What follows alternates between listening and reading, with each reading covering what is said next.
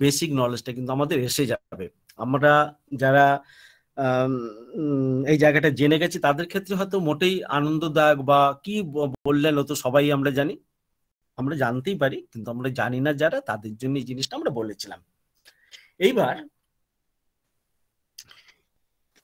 তো একটা প্রশ্ন হলো যে ফার্টিলাইজেশনের ব্যাপারটা কি, ফিজিওলজি অফ ফার্টিলাইজেশন।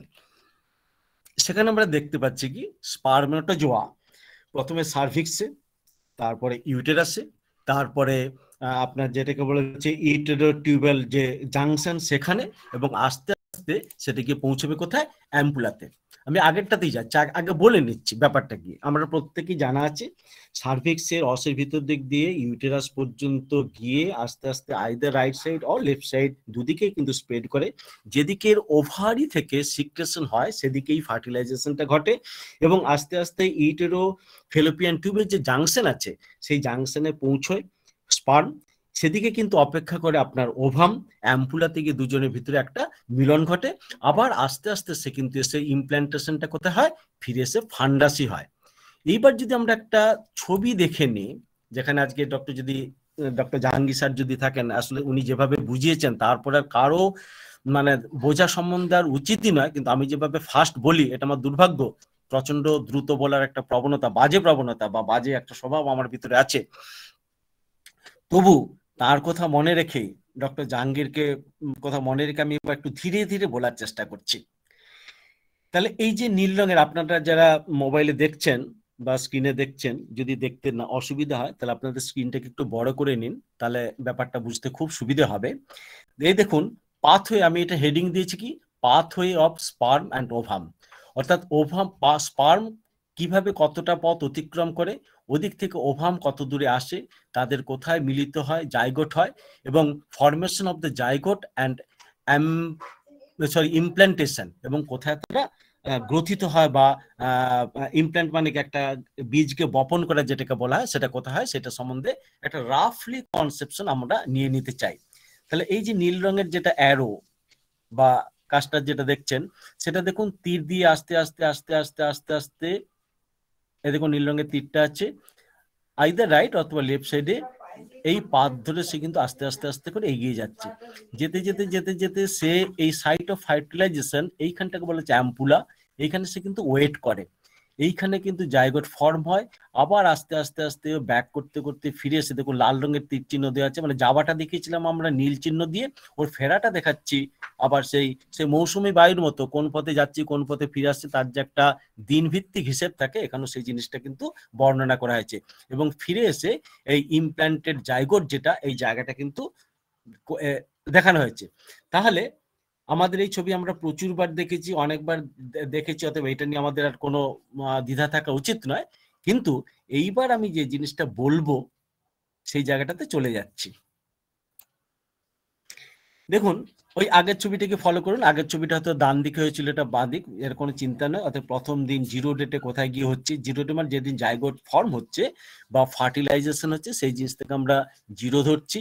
তারপর জাইগোট হচ্ছে, অ্যাম্পুলা দিয়ে ফেলোপিয়ান টিউবলে যাচ্ছে, তারপর first day, second day, third day, হ্যাঁ, এখানে কিন্তু কতগুলো সেল ডিভিশন হয়ে মলুরার উপর দিক দিয়ে কিন্তু ফিরে আসছে। এই জায়গাটা আমরা যখন স্যারদের কাছ থেকে ক্লাস 11-12 বা পরবর্তী ক্ষেত্রে যখন ডাক্তারি পড়তে গিয়ে পড়েছিলাম, তারা কিন্তু সবসময় আমাদেরকে বুঝিয়েছিলেন ছবি এঁকে। আমরা কিন্তু কখনো ডিসেকশন ফার্স্ট পিরিয়ডে বা প্রথম দিকে কিন্তু ক্লাসের দিকে পাইনি, যেটুকু পেয়েছি পরের দিকে পেয়েছি। তো সেইভাবে কিন্তু সারফেস অ্যানাটমি ধরে আমাদেরকে পড়িয়েছিলেন। একটা সেখান থেকে ফিমেল বডিকে সাকসেস অ্যানাটমি করে দেন না, কিছু ড্যামেজ ছিল, ছেলেদেরকে দিয়ে আমাদেরকে পড়ানো হতো, আমরা সেটা নিয়ে একটু এনজয় করতাম, আনন্দ করতাম, কিন্তু আমরা শিখতাম। তো তখন ছিল কি, আমরা ওই পড়েছি, ড্রয়িং করেছি, আমরা সেই জায়গাটা কল্পনা করেছিলাম, কিন্তু প্রকৃতপক্ষে কিভাবে হয় স্যারেরা হয়তো অনেক সময় বেলুন দিয়ে বা টিউব দিয়ে আমাদেরকে বোঝানোর চেষ্টা করেছেন। কিন্তু আজকে আমি সেই কথাটাই বলতে চাইছি যে নলেজের চেয়ে আপনাকে ইমাজিনেশন যদি ঠিকভাবে না হয়, আপনি কিন্তু কখনো এই জায়গাটাতে ফলবৃদ্ধি হতে পারবেন না। তাহলে কি ঘটনা ঘটে আজকের এই 2022 সালের প্রথমের দিকে এসে, আমাদের কিন্তু আর কারো ইউটিউব থেকে শুরু করে বিভিন্ন ড্যামি বা যে সকল স্বাস্থ্য বিষয়ক যে সকল ভিডিওগুলো থাকে তা থেকে কিন্তু আমরা যথেষ্টই ওয়াকিবহাল হয়ে গেছি যে কিভাবে এই 20 থেকে 22 দিনের ঘটনাটা ঘটে। তবু আমি আজকের এই এতে আমি 3টে স্লাইড আপনাদেরকে দেখাবো। 3টে স্লাইড আপনাকে দেখাবো। 3টে স্লাইডের কোথাও ডামি পাবেন, একই ঘটনা কিন্তু বিভিন্নভাবেই দেখানো হয়েছে। আগে আমরা দেখে নিই, দরকার আমরা একটা স্লাইডকে দুবার দেখব। এখানে একটা দুটো আমি রহস্য ঠিক নয়, অর্গানন মেনে দু একটা আমি কথা বলার চেষ্টা করব। অমরনাথ স্যার আছেন, আগে আমি তাকে ডেকেছিলাম এই জন্যেই যে এইখান থেকে আমি কিছু প্রশ্ন রাখবো, যদি আমাদের সেই প্রশ্নের উত্তর আমরা যদি খুঁজে পেতে পারি, আমরা তো পেয়েছি, আমি আমার মতো করে পেয়েছি, কিন্তু অমরনাথ স্যার যদি সেই প্রশ্নের উত্তরটা নতুন ভাবে যদি আমাদের মাথায় ঢুকিয়ে দিতে পারেন, আমরা কিন্তু হোমিওপ্যাথি কিন্তু অনেকখানি উপকৃত হবে। অন্তত আমি হোমিওপ্যাথি উপকৃত হবে এটা বলে আমার ধৃষ্টতা, মাফ করবেন, আমরা বেশ কিছুটা উপকৃত হব আমাদের এই মাসুম ভিত্তিক কিছু চিন্তা ভাবনা। তো চলুন আমরা একটা স্লাইড, এটা একটা কি বলবো, এটাকে কি বলা হয় এখন, ভিডিও, আমরা একটা ভিডিও ক্লিপ দেখে নিচ্ছি। আপনারা একটু সাউন্ডটা বাড়িয়ে নিন, দেখুন। Fertilization is the epic story of a single sperm facing incredible odds to unite with an egg and form a new human life. It is the story of all of us.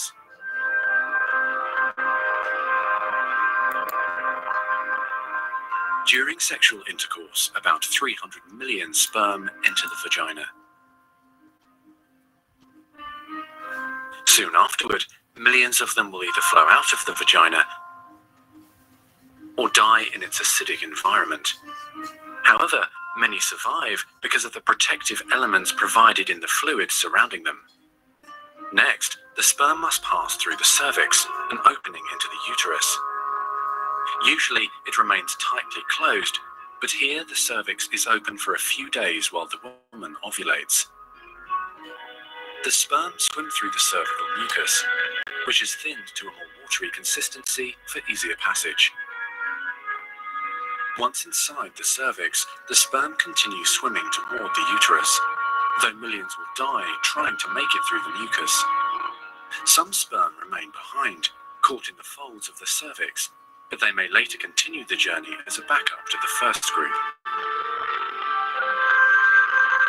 Inside the uterus, muscular uterine contractions assist the sperm on their journey toward the egg.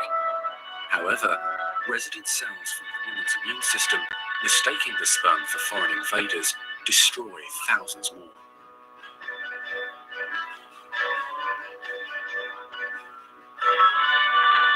Next, half the sperm head for the empty fallopian tube, while the other half swim toward the tube containing the unfertilized egg.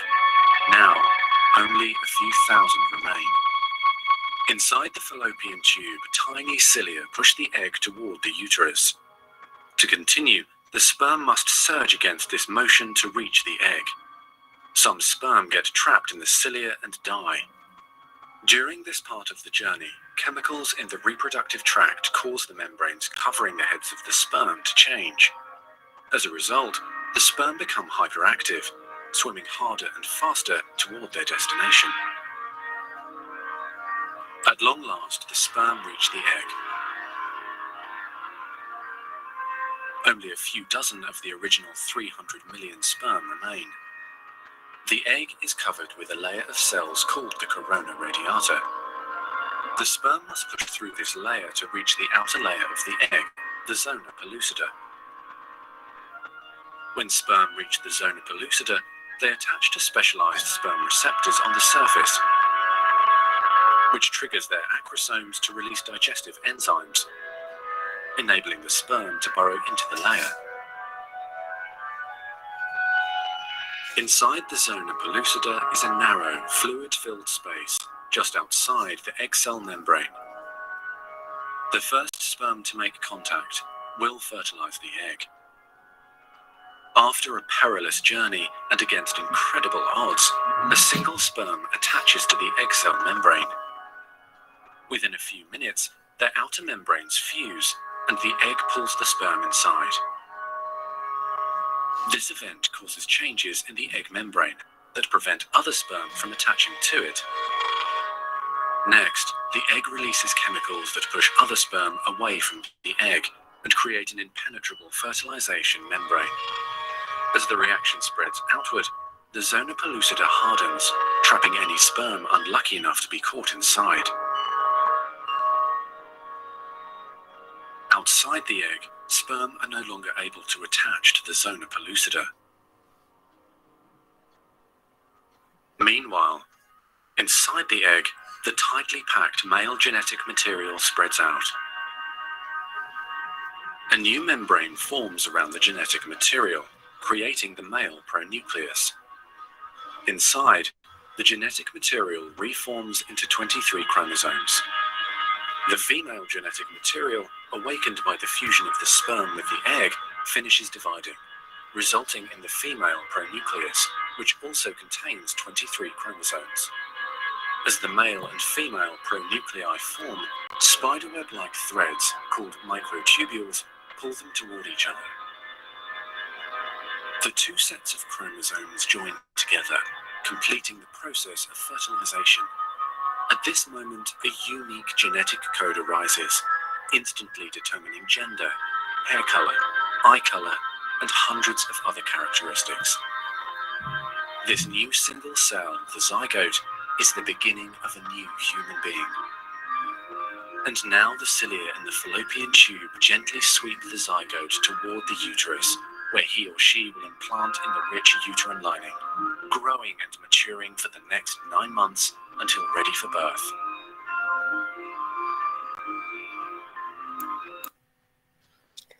তাহলে আমরা খুব সংক্ষেপে দেখলাম, কিন্তু যেটা দেখলাম আমি আরেকবার একটা জায়গায় 33 সেকেন্ড থেকে 40 সেকেন্ড পর্যন্ত 45 সেকেন্ড পর্যন্ত আমি দেখাবো এবং ছোট ছোট করে ক্লিপ দিয়ে দেখাবো। আপনারা এবার কি দেখবেন একটু আগে তাহলে বলে দিই।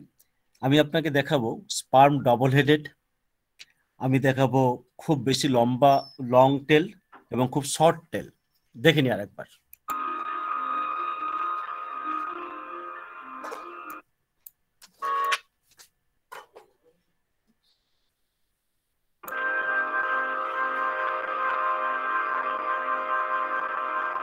During sexual intercourse, about 300 million sperm enter the vagina.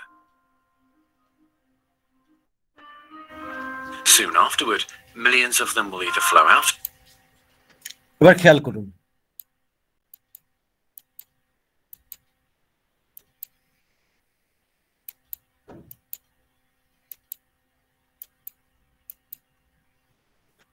এই জায়গাটা ডবল হেডেড, একটু খেয়াল করুন।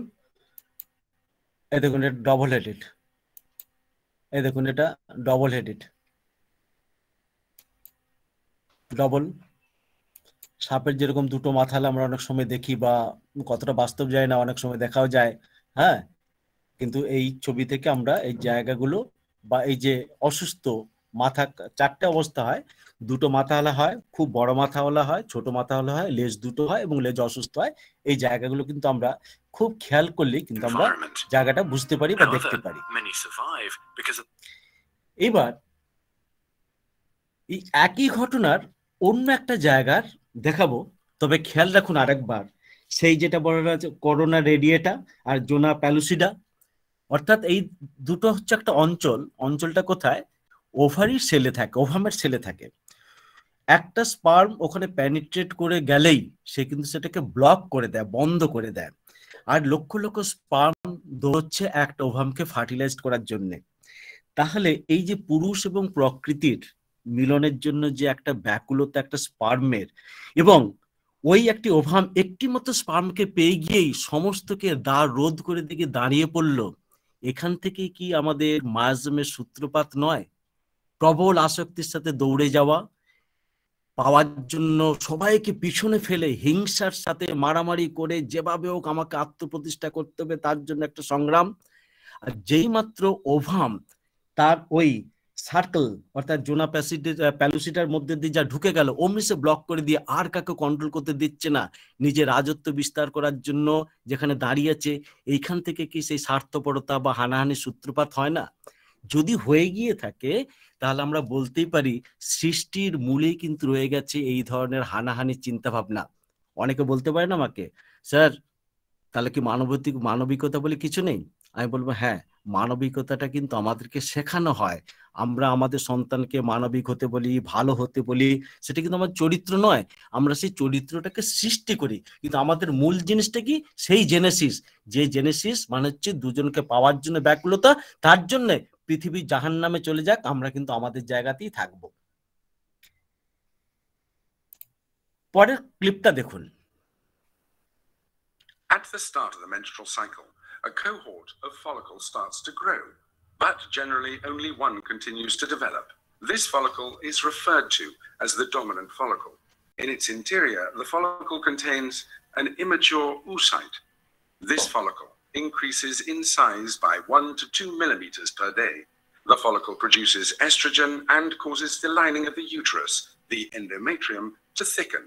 Around day 12 to 14 of the cycle, the follicle has grown to the size of about 21 millimeters. The rupture of the follicle ensues, which is called ovulation, and the mature ovule is released. The fallopian tube's fimbriae move towards the ovary and catch the oocyte that stays near the ampullary zone of the tube, waiting to be fertilized. If sexual intercourse occurs, the semen deposited in the vagina starts its ascension into the tube, and the sperm eventually arrive at the oocyte. One of these will succeed in penetrating into the interior of the oocyte. One day following fertilization, a cell with 2 nuclei is observed, at which point in time it is called an embryo, and it begins to divide itself. 2 days after fertilization, the embryo is made up of 2 to 4 cells and moves along the tube in the direction of the uterus.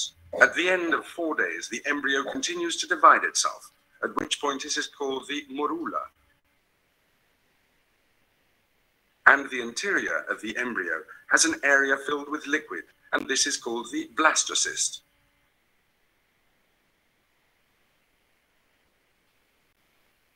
The blastocyst migrates to the uterus and sheds the surrounding membrane, process of hatching, and the embryo begins to implant in the endometrium of the uterus.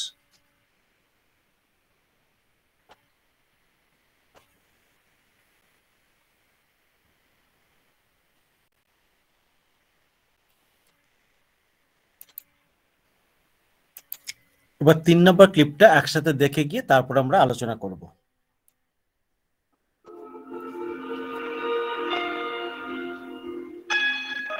Fertilization in humans is internal.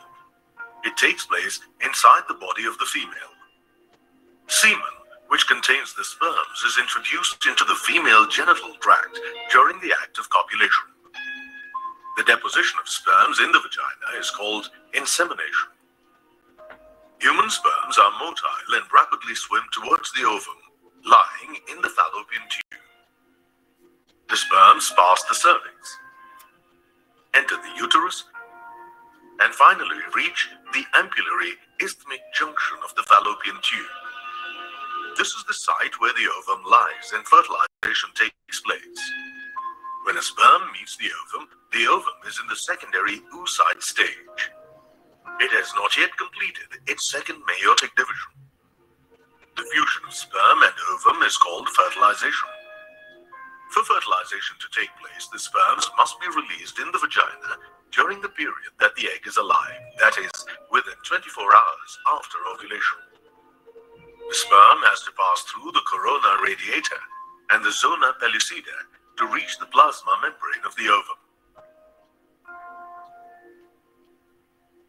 When it reaches the zona pellucida, the acrosome releases its contents of lytic enzymes.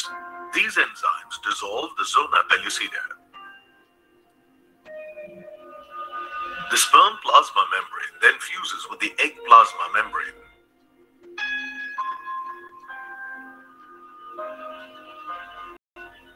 This fusion triggers the secondary oocyte to complete its second meiotic division. The second meiotic division is also unequal and leads to the formation of a second polar body and a haploid ovum.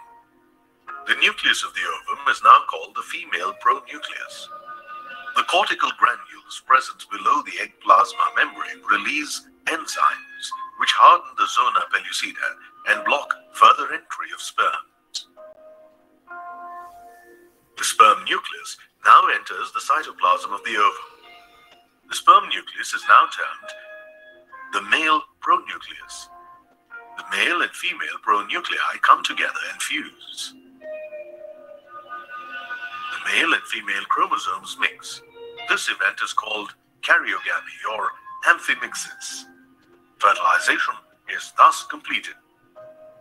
The fertilized ovum is called the zygote.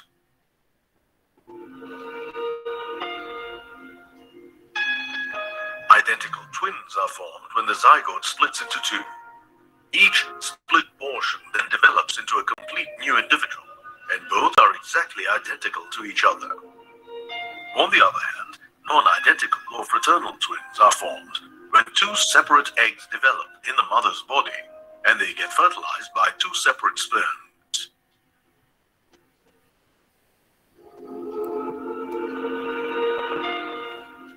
The zygote is diploid since it contains two sets of chromosomes. Human beings have 46 chromosomes, out of which 44 are autosomes, and the remaining 2 are sex chromosomes. The human male contains 44 autosomes plus 1 X and 1 Y chromosome. So, 50% of the gametes formed by the male will have X, and 50% will have Y chromosomes. The human female contains 44 autosomes plus 2 X chromosomes. So, all gametes formed by the female will have X chromosomes. The sex of the baby depends on the sperm that fertilizes the ovum. The ovum contains 1 X chromosome and 22 autosomes. If the sperm that fertilizes the ovum carries an X chromosome, then the zygote will have 2 X chromosomes and the embryo will develop into a female offspring. But if the sperm that fertilizes the ovum carries a Y chromosome, then the zygote will have 1 X and 1 Y chromosome, and the embryo will develop into a male offspring. After fertilization, the zygote moves down towards the uterus, all the while undergoing a series of mitotic divisions. This series of cell divisions by which a single fertilized egg cell is transformed into a multicellular blastula is called cleavage. The cells formed by cleavage are called the blastomere. Cleavage transforms the single-celled zygote into the many-celled blastula, then the 16-celled morula, and finally the hollow blastocyst. The blastocyst contains an outer layer of blastomeres called the trophoblast layer and an inner mass of blastomeres attached to the trophoblast. The inner blastomeres together constitute the inner cell mass.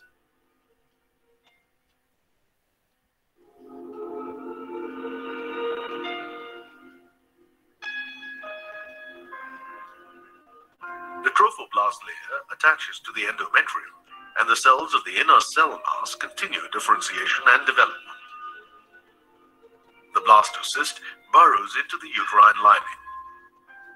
This occurs about 7 days after fertilization. The embedding of the blastocyst into the wall of the uterus is called implantation. The blastocyst sinks into a pit formed in the endometrium. The endometrium grows around it and the blastocyst gets completely buried in it. After successful implantation, the embryo continues its development. তাহলে embryo endometrium লেয়ারে penetrate করার পর এবার থেকে তার শুরু হবে তার 280 তো, তাহলে এদিক থেকে 7-8 দিন কেটে গেছে, বাকি ইডিডি পর্যন্ত একটা সম্ভাবনা। তো এখানে যে জিনিসটা বলছিলাম সেটা হচ্ছে আমাদের তাহলে একটা মোটামুটি ভাবে সুস্পষ্ট ধারণা এলো, তার সাথে কিন্তু 3-4টে প্রশ্ন লাস্টের স্লাইডটা থেকে এসেই যায় যে তাহলে টুইন বেবি কখন হয়, কেন একাধিক সন্তান একই গর্ভে একই সাথে আসে, 2 জায়গায় আমরা 3টেও দেখেছি, কেন দুজনেই মেল হবে অথবা কেন দুজনেই ফিমেল হবে, তার সাথে মায়োসিস বিভাজন এবং আরো একটা জিনিস আমরা যেটা পেলাম বা পাবো সেটা হচ্ছে কিরিওটাইপের অ্যানালাইসিস। প্লিজ দোহাই তোদের একটুকু চুপ কর, সে একই কথা। কেরিওটাইপ অ্যানালাইসিস সম্বন্ধে আমাকে বলবেন না, কারণ স্টিচবার্জারের অতখানি পড়াশোনা আমার কিন্তু নেই জেনেসিসের উপরে। এমনি যেটুকু ক্লাস 10-12 এখন যেগুলো পড়ানো হয় ততটুকুনি আমার জানা আছে। কিন্তু মূল এবং মজার রহস্য হচ্ছে যদি আপনি ইনফার্টিলিটি ট্রিটমেন্ট করতে যান, এই প্রত্যেকটা জায়গা যদি আপনাকে যেটা আমি প্রথম দিনই বলেছিলাম যে কোথায় আমাদের ইন্টারাক্ট হচ্ছে, কোথায় আমাদের ভুল হচ্ছে, মানে আমাদের মানে দুটো জায়গায় ফার্টিলাইজেশন হওয়ার না জন্য কি ঘটনাটা ঘটছে এবং আমরা সেটাকে ঠিকভাবে জানতে পারছি কিনা, এই রহস্যটা যদি পুরো ভেদ করতে পারি বা বিজ্ঞানের সাহায্য নিয়ে আমরা যদি বুঝতে পারি, তাহলে কিন্তু আমাদের চিকিৎসা বিজ্ঞানের উন্নতি তো ঘটবেই, তার সাথে আমরা হোমিওপ্যাথির অন্তত আরেক ধাপ এগিয়ে যেতে পারবো। এই জন্যেই যে আমাদের চিন্তা ভাবনাটা অনেক বেশি বিজ্ঞানসম্মত হয়েছে। আমাদের মেডিসিন কনস্টিটিউশন হতে পারে, আমাদের মেডিসিন ম্যাথমেটিক হতে পারে, আমাদের মেডিসিন পার্টিকুলার বা কম বেশি স্পেসিফিক নন স্পেসিফিক যেভাবেই হোক না কেন, আমি কি ঘটাতে চাইছি, কোন মাঠে কি খেলতে চাইছি, এটাই যদি আমার কাছে সুস্পষ্ট না হয়, তাহলে কিন্তু আমরা অনেক সময় কিন্তু অনেক চিকিৎসকের কাছে কিন্তু আমরা ওই মাথা নত করে বসে থাকার মতো হবে আর কি। সেটা তো আমরা চাই না। আমরা হোমিও দর্পণ সেই জায়গা থেকে অনেকখানি উঠে আসবো, এটা একটা যেন আমরা দৃঢ় প্রতিজ্ঞ এবং উঠে আসতে আমরা চাইও। তাহলে সেইভাবে কিন্তু আমাদের সেই জায়গাগুলোকে বুঝতে হবে। তাহলে আজকে যতটুকু আলোচনা হলো বা আমি যতটুকু দেখানোর চেষ্টা করলাম, আসলে আজকে আমি খুব ফাঁকি মেরেছি, বলেছি কম, স্লাইড দিকেছি বেশি, কিন্তু আমার যেন মনে হয়েছে এই স্লাইডগুলোকে যদি আমরা মর্মের ভিতরে ঢুকিয়ে নিতে পারি, যদি উপলব্ধি করতে পারি, যেটুকু বলেছি এটা কিন্তু কোনো কিছুই নয়, সৃষ্টিকর্তার এত বড় রহস্য আমরা কখনো এই 30 মিনিটের ক্লাসে বা 30 বছরে কিন্তু কখনো উপলব্ধি করতে পারবো না। কিন্তু আমাদের জানা উচিত যে কোন ফেনোমেননের জন্য কোনো কিছু হয়। তো আজকে যেটা আমাদের উদ্দেশ্য ছিল, আমার যেটা উদ্দেশ্য ছিল যে ফিজিওলজি অফ দ্য ফার্টিলাইজেশন, সেটা সম্বন্ধে যতটুকু আলোকপাত করা, কিভাবে কোথায় কি ধরনের ঘটনা ঘটে, সেই সঙ্গে অ্যানাটমির জায়গাটা, অর্থাৎ এইখান থেকে সার্ভিক্স থেকে শুরু করে এই জার্নিটা গিয়ে ওভামে গিয়ে আবার সেখান থেকে ফিরে এসে এন্ডোমেট্রিয়াম লেয়ারে তার পেনিট্রেট করা, স্থির হয়ে বাঁচার যে চেষ্টা, এটা ডেট ওয়াইজ কতগুলো জায়গার আছে, কোন ফেলোপিয়ান টিউবে কোন জায়গায় কিভাবে এই ধরনের ব্লাস্টোসাইট সেলগুলো হয় বা কতদিন পরে সেটা জন্ম লাভ করে, এমব্রায় কিভাবে হয়, আমরা মোটামুটি একটা কনসেপশন পেলাম। খুব যে বেশি আমাদের জানা দরকার আমি সেটা বলবো না, কিন্তু যতটুকু জানা দরকার সেটুকু তো জানতে হবে। আসলে কি শুনুন, জানা ব্যাপারটা নির্ভর করবে আপনার উপরে। আপনি যদি এইটুকু জেনে শান্ত হন তাহলে এইটুকুনি জানুন, আপনি যদি আরেকটু বেশি জানতে ইচ্ছান্বিত হন তাহলে আপনাকে আরো জানতে হবে। আর আপনার যদি জানার বাসনাটা অসীম হয়, মানে আমার চেয়ে যদি বেশি হয়, তাহলে কিন্তু আপনি সারা জীবন ধরে হয়তো সেই জানাটা কি, সেই পথ চলার আনন্দেই, আমার এই পথ চলাতেই আনন্দ, যেরকম রবীন্দ্রনাথ বলেছিলেন, আপনি কিন্তু সেইভাবেই চলতে পারেন। অতএব এরপরে ইনফার্টিলিটির কজগুলোকে বলবো, তার আগে আমার যেন মনে হয়েছিল যদি সেফ পিরিয়ড এবং ডেঞ্জার পিরিয়ড সম্বন্ধে যদি সুস্পষ্ট ধারণা আমাদের না আসে এবং ফার্টিলাইজেশনটা কি যদি আমি ছোট্টভাবে মগজে আমাদের ঢুকিয়ে নিতে না পারি, তাহলে কিন্তু পরের ধাপটা এগোনো যাবে না।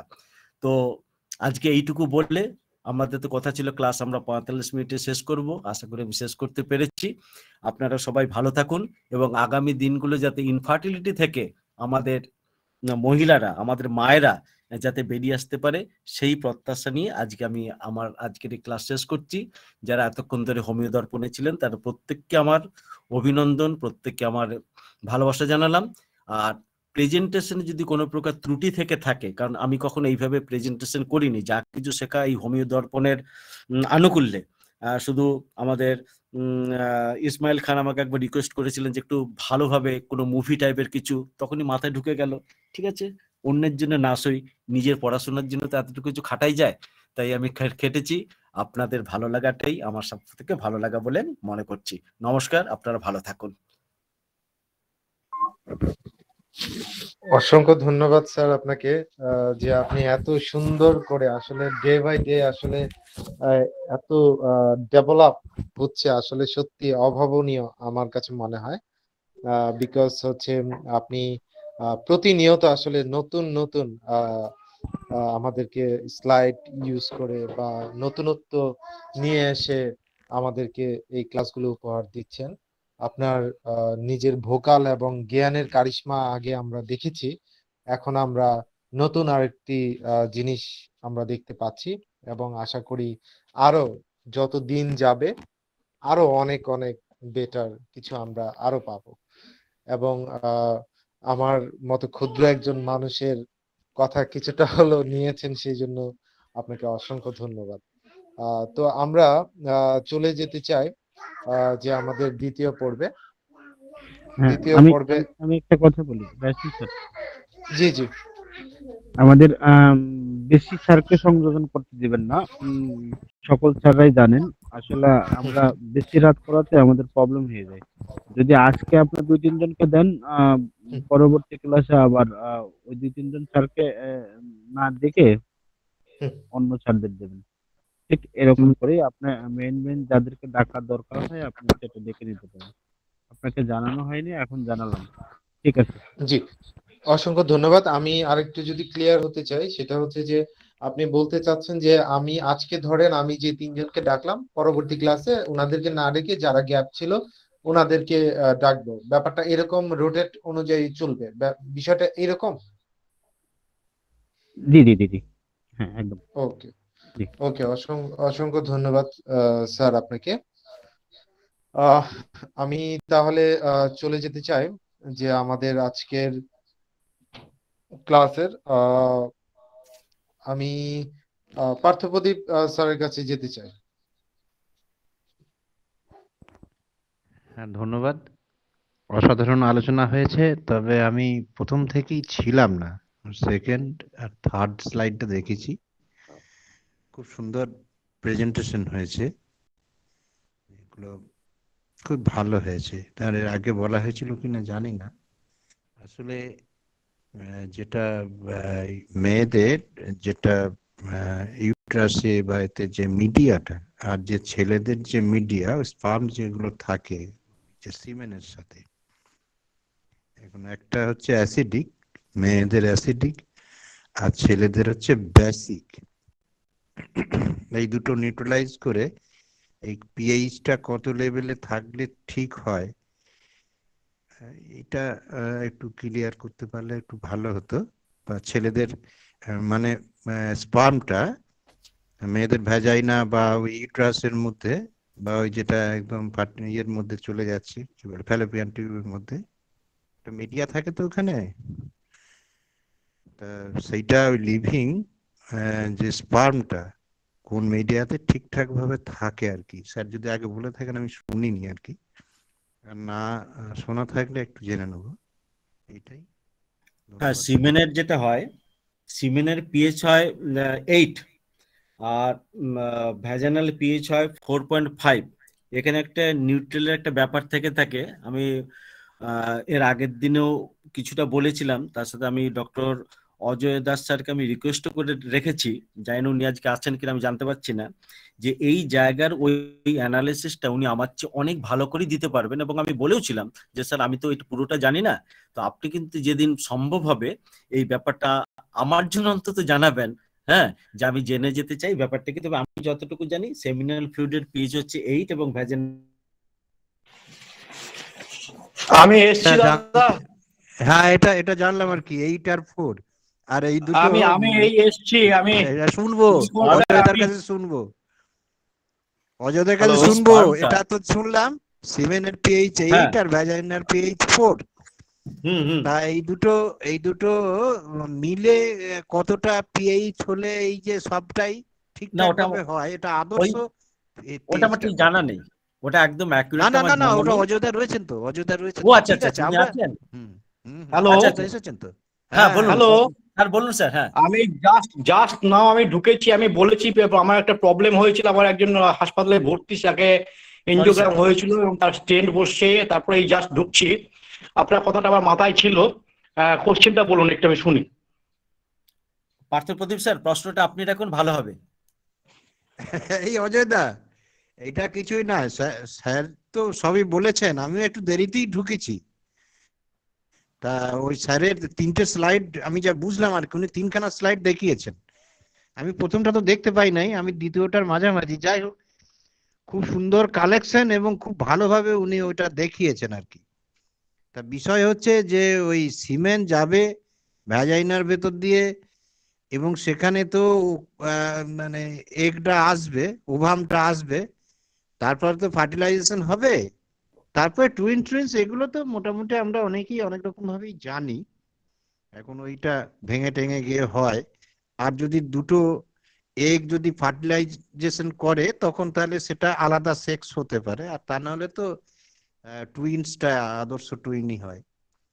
যাক, সেটা নয়, প্রশ্ন হচ্ছে যে এই যে প্রক্রিয়াটা ঘটার জন্যে এই সিমেন্টটা যে যাচ্ছে ওই ভ্যাজাইনা দিয়ে, ইউটারাস দিয়ে যে ফ্যালোপিয়ান টিউবে, ওখানকার ভ্যাজাইনাল পিএইচ স্যারের কাছে শুনলাম 4 আর সিমেনের পিএইচ 8। আমি ওটা জানতাম যে ওটা একটা অ্যাসিডিক থাকে ভ্যাজাইনাল পিএইচটা, আর মেলের ক্ষেত্রে বেসিক থাকে, কিন্তু ওটা 8 আর 4 নীলকমল বর্মন স্যারের কাছে শিখলাম। তো বিষয় হচ্ছে এই দুটো আচ্ছা। মিলে গিয়ে রিঅ্যাকশন করে যেটা জাইগোট ফর্ম করছে, বা ওরা যে যাচ্ছে এই সিমেন যে স্পামটা যাচ্ছে এবং ওদিকে যে এগটা আসছে, তাহলে সব প্রক্রিয়াটা একটা তো পিএইচ মেনটেন করতে হয়। তাহলে ওখানে এই দুটো মিলিতভাবে কত পিএইচ হলো ওটা আদর্শ, মানে সবকিছু ঠিকঠাক ভাবে চলার পক্ষে সঠিক, এবং ওইটা একটু এদিক ওদিক হলে পিএইচটা একটু অ্যাসিডিক বা বেসিক হলে সেখানে এবার কি ক্ষতির আশঙ্কা আছে? আমার কোশ্চেন এইটুকু স্যার, ধন্যবাদ। আচ্ছা আচ্ছা আচ্ছা, এটা আমার যতটুকু নলেজ আছে আমি বলছি। আমরা প্রথমত হচ্ছে পিএইচ সম্পর্কে আমাদের একটা ধারণা আছে যে পিএইচ হচ্ছে একটা অ্যাসিডিক লেভেল, তার একটা নর্মাল লেভেলে থাকে। সেটা হচ্ছে সিমেনের পিএইচ লেভেল নর্মালি আমাদের 7.1 থেকে 8 এর মধ্যে আমাদের হাইড্রোজেন আয়ন কনসেন্ট্রেশনের লেভেলটা রান করে, ম্যাক্সিমাম 8 এবং হচ্ছে মিনিমাম 7.1। যদি দেখা যায় যে পিএইচ লেভেলটা 7.1 এর চেয়ে নিচে নেমে যাচ্ছে, যেহেতু এটা নেগেটিভ লগ, তার মানে ওখানে হাইড্রোজেন আয়ন কনসেন্ট্রেশনটা অনেক বেড়ে যাচ্ছে। তো যদি দেখা যায় যে 7.1 এর জায়গায় 6.1 হলো, তখন বুঝে নিতে হবে 10 টাইমস ওখানে অ্যাসিডিক রিয়াকশন বেড়ে গেছে। সুতরাং যদি অ্যাসিডিক রিয়াকশন বেড়ে যায়, পিএইচ লেভেল যদি আরো নিচের দিকে নেমে যায়, তখন কিন্তু সিমেন্টগুলো আর অ্যালাইভ থাকতে পারে না এবং তারা ওয়েললি মুভ করতে পারে না। যত বেশি পিএইচ লেভেলটা কমে যাবে তত বেশি অ্যাসিডিক হবে, যেমন মানুষের ক্ষেত্রেও হয়। যদি মানুষের ক্ষেত্রে আমাদের 7.4 এর জায়গায় যদি সেখানে নামতে থাকে, 6.5 পর্যন্ত ম্যাক্সিমাম অ্যালাউ করতে পারে, তারপরে যদি নেমে যায় তখন মানুষের কিন্তু মৃত্যু অবধারিত এরকম একটা জায়গায় চলে আসে, নামতে থাকে যদি। সেই রকম সিমেন্ট যদি আরো পিএইচ লেভেলটা কমে যায়, তখন অ্যাসিডিটি হাই হয়ে গেলে তখন সিমেন্টগুলো ওয়েল মুভ করতে পারবে না এবং সে ওখানে ডেথ হওয়ার সম্ভাবনা বেশি। আবার যদি হাই হয়ে যায় তখন অ্যালকালি লেভেলটা অনেক বেড়ে যায়। ঠিক অ্যালকালি লেভেল বেড়ে গেলেও ঠিক সেম জিনিসটাই এসে দাঁড়ায়, তারও কিন্তু সেখানে যে ক্ষার যদি বেশি হয়ে যায় তখন কিন্তু তার এক সিমেন্টের যে লাইফগুলো সেগুলো কিন্তু আর বেশি লম্বা রান করতে পারে না, মোটালিটি তার কমে যাবে, তার মধ্যে শেপ চেঞ্জ হয়ে যাবে, তাই ইরেগুলারিটি দেখা দেবে এবং তাতে খুব সিমেন্টগুলো আলটিমেটলি ফার্টিলাইজ করতে পারে না। এই হচ্ছে পিএইচ লেভেলের ফ্যাক্টরটা। হ্যালো হ্যালো হ্যাঁ হ্যাঁ স্যার, জি স্যার। বুঝতে পারছি। হ্যাঁ হ্যাঁ, তাহলে ওই যে দুটো মিলে, কারণ ওদিকে যে ভ্যাজাইনাল পিএইচটা 4 বা আপনার রেঞ্জটা কত থেকে কত পর্যন্ত? এটা ভ্যাজাইনাল পিএইচটা, ভ্যাজাইনাল পিএইচ কিন্তু ভ্যাজাইনাল পিএইচ কিন্তু রেঞ্জটা খুব মানে নমিনাল, ভীষণ নমিনাল। 4 যেটা আছে সেটা 3.7 to 8 থেকে 4.3 এর মধ্যেই রান করে। এর চেয়ে যদি কম বা বেশি হয় তাহলে কিন্তু সেম কন্ডিশনই তৈরি হয়। Thank you sir. বলুন আর যদি কিছু অসংখ্য বলার থাকে। ধন্যবাদ। আমাকে নীলকমল স্যার বলেছিলেন, আমি যার জন্য আরো দৌড়ঝাঁপ করে করে এলাম যে আমি যদি কথাটা রাখার পারি, সেই জন্য। পার্থ শুনেছিলেন তখন আমি যাওয়ার সময় তাকে স্টেন্ট বসানো হয়েছে। হ্যাঁ হ্যাঁ শুনলাম, আর আপনিও তো বলেছিলেন যে আপনি ওই পারপাসে দেরি করে আপনি জয়েন করবেন আপনার সাথে তো কথা হলো। আমি এই জাস্ট ঠিক ঢুকে আছে। জয়েন করলাম, আমি কিছু স্লাইডও দেখিনি, কিছু দেখিনি। না না ঠিক আছে, এটা কিছু না, আপনার সবসময়তে এগুলো তো জানাই আছে আপনার। আর এই বিষয়ে যদি আর বিস্তারিত এলাবোরেটলি যদি আপনি কিছু বলেন তাহলে আমাদের আরো এই ব্যাপারে আমি বলতে পারি এইটুকু যে আমাদের অনেক রকম যখন দেখা যায় যে কোনো রকম হ্যালো, যদি দেখা যায় যে একটা সবকিছু ঠিক থাকা সত্ত্বেও অ্যাবনর্মালিটিস হচ্ছে, তখন আমাদের বিভিন্ন রকম টেস্ট আমরা করি, বিভিন্ন রকম টেস্ট করি। এমনি তো নর্মালি যেটা দেখা যায় যে ইয়েটা আপনার কত কাউন্ট থাকা উচিত সেগুলো আমাদের নীলকমল স্যার নিশ্চয়ই সেগুলো ডিসকাস করে দিয়েছেন, মোডালিটি, মরফোলজি, হ্যাঁ, এগুলো সমস্ত উনি ডিসকাস করেছেন। বা আমাদের যে সিমেনের কতটা কোয়ান্টিটি, ভলিউম কতটা হওয়া উচিত, তার থেকে এগুলো উনি নিশ্চয়ই আলোচনা করে দিয়েছে। এগুলো নিয়ে আমি কিছু বলতে চাইছি না। যখন যদি দেখা যায় সব ঠিক আছে, সব ঠিক আছে, তা সত্ত্বেও সেখানে অ্যানালাইসিস করার পরেও দেখা যাচ্ছে সব ঠিক থাকা সত্ত্বেও আমাদের ফার্টিলাইজ হচ্ছে না, সেখানে অনেক সময় অনেক টেস্ট করতে দেওয়া হয়। ডক্টররা বিশেষ করে গাইনোকোলজিস্টরা সেগুলো করেন, ফ্রুক্টোজ লেভেল দেখেন, ফ্রুক্টোজ লেভেল ঠিক আছে কিনা। ফ্রুক্টোজ লেভেল যদি ঠিক না থাকে তখন আমাদের বুঝতে হয় যে সেমিনাল ভেসিকেলের মধ্যে কোনো রকম গন্ডগোল কিছু আছে। সেই জন্য সেমিনাল ভেসিকেল থেকে আমার মতো স্পার্ম অ্যালাইভ হয়ে আসতে পারছে না। এছাড়া দেখা যায় আমাদের সেদিনকে আলোচনা মধ্যে যে অ্যান্টিবডি টেস্ট, স্পার্মের অ্যান্টিবডি টেস্ট করা হয়। স্পার্মের অ্যান্টিবডি টেস্টটা কিভাবে করে, যে সেই কি দেখা হয় যে স্পার্মের অ্যান্টিবডি টেস্ট এই কারণে করা হয় যে স্পার্মটা গিয়ে ওভামের মধ্যে বা এগের মধ্যে ঠিক মতো করতে পারছে কিনা। হ্যাঁ, এই স্পার্মগুলো সাঁতারা কাটতে পারছে কিনা এবং যাচ্ছে কিনা, এইগুলো দেখার জন্য আমাদের স্পার্ম টেস্ট করেন। আর একটা আছে এসপিএ, স্পার্ম দিয়ে দেওয়া হয় যে স্পার্ম পেনিট্রেশন এসে, একই জিনিসই যে আমাদের ওভামের বা আমাদের এর আউটার ওয়ালটাকে ভেঙে দিয়ে সেখানে তার মধ্যে ফিউজ হতে পারছে কিনা। এইরকম বিভিন্ন রকম টেস্ট আছে, যদিও এইগুলো সমস্তই আমাদের গাইনোকোলজিস্টরা করেন। এটার সঙ্গে আমাদের যে খুব বেশি একটা ইয়ে আছে তো না, আমাদের এগুলো আমাদের কি বলে মায়োজমেটিক ট্রিটমেন্টের মধ্যখান দিয়ে সেগুলোকে ওভারকাম করতে হয়। এইটুকুই আমার নলেজের মধ্যে বল। সাঁতার কাটাটা অনেক আগে থেকে জি, অসংখ্য ধন্যবাদ স্যার। আর কি সবসময় ঠিকই, সাঁতার কাটাটা অনেক আগে থাকতেই শুরু হয়, জন্মের আগে থাকতেই, এবং সেই কম্পিটিশনটা জন্মের পরও চলে আর কি। ধন্যবাদ স্যার। মৃত্যু পর্যন্ত চলে।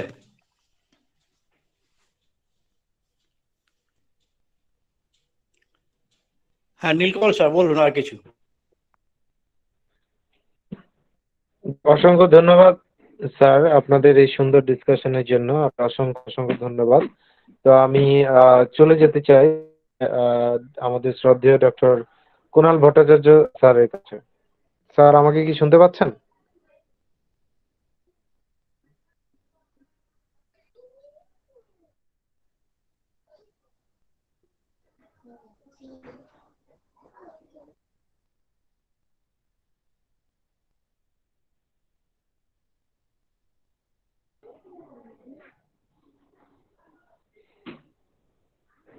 Hello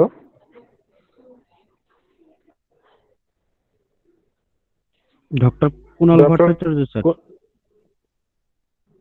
doctor Kunal Bhattacharya sir শুনতে পাচ্ছেন আমাকে?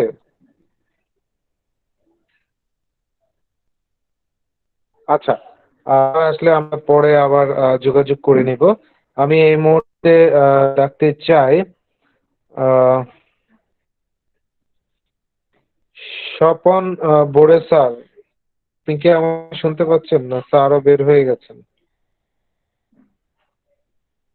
স্যারও বের হয়ে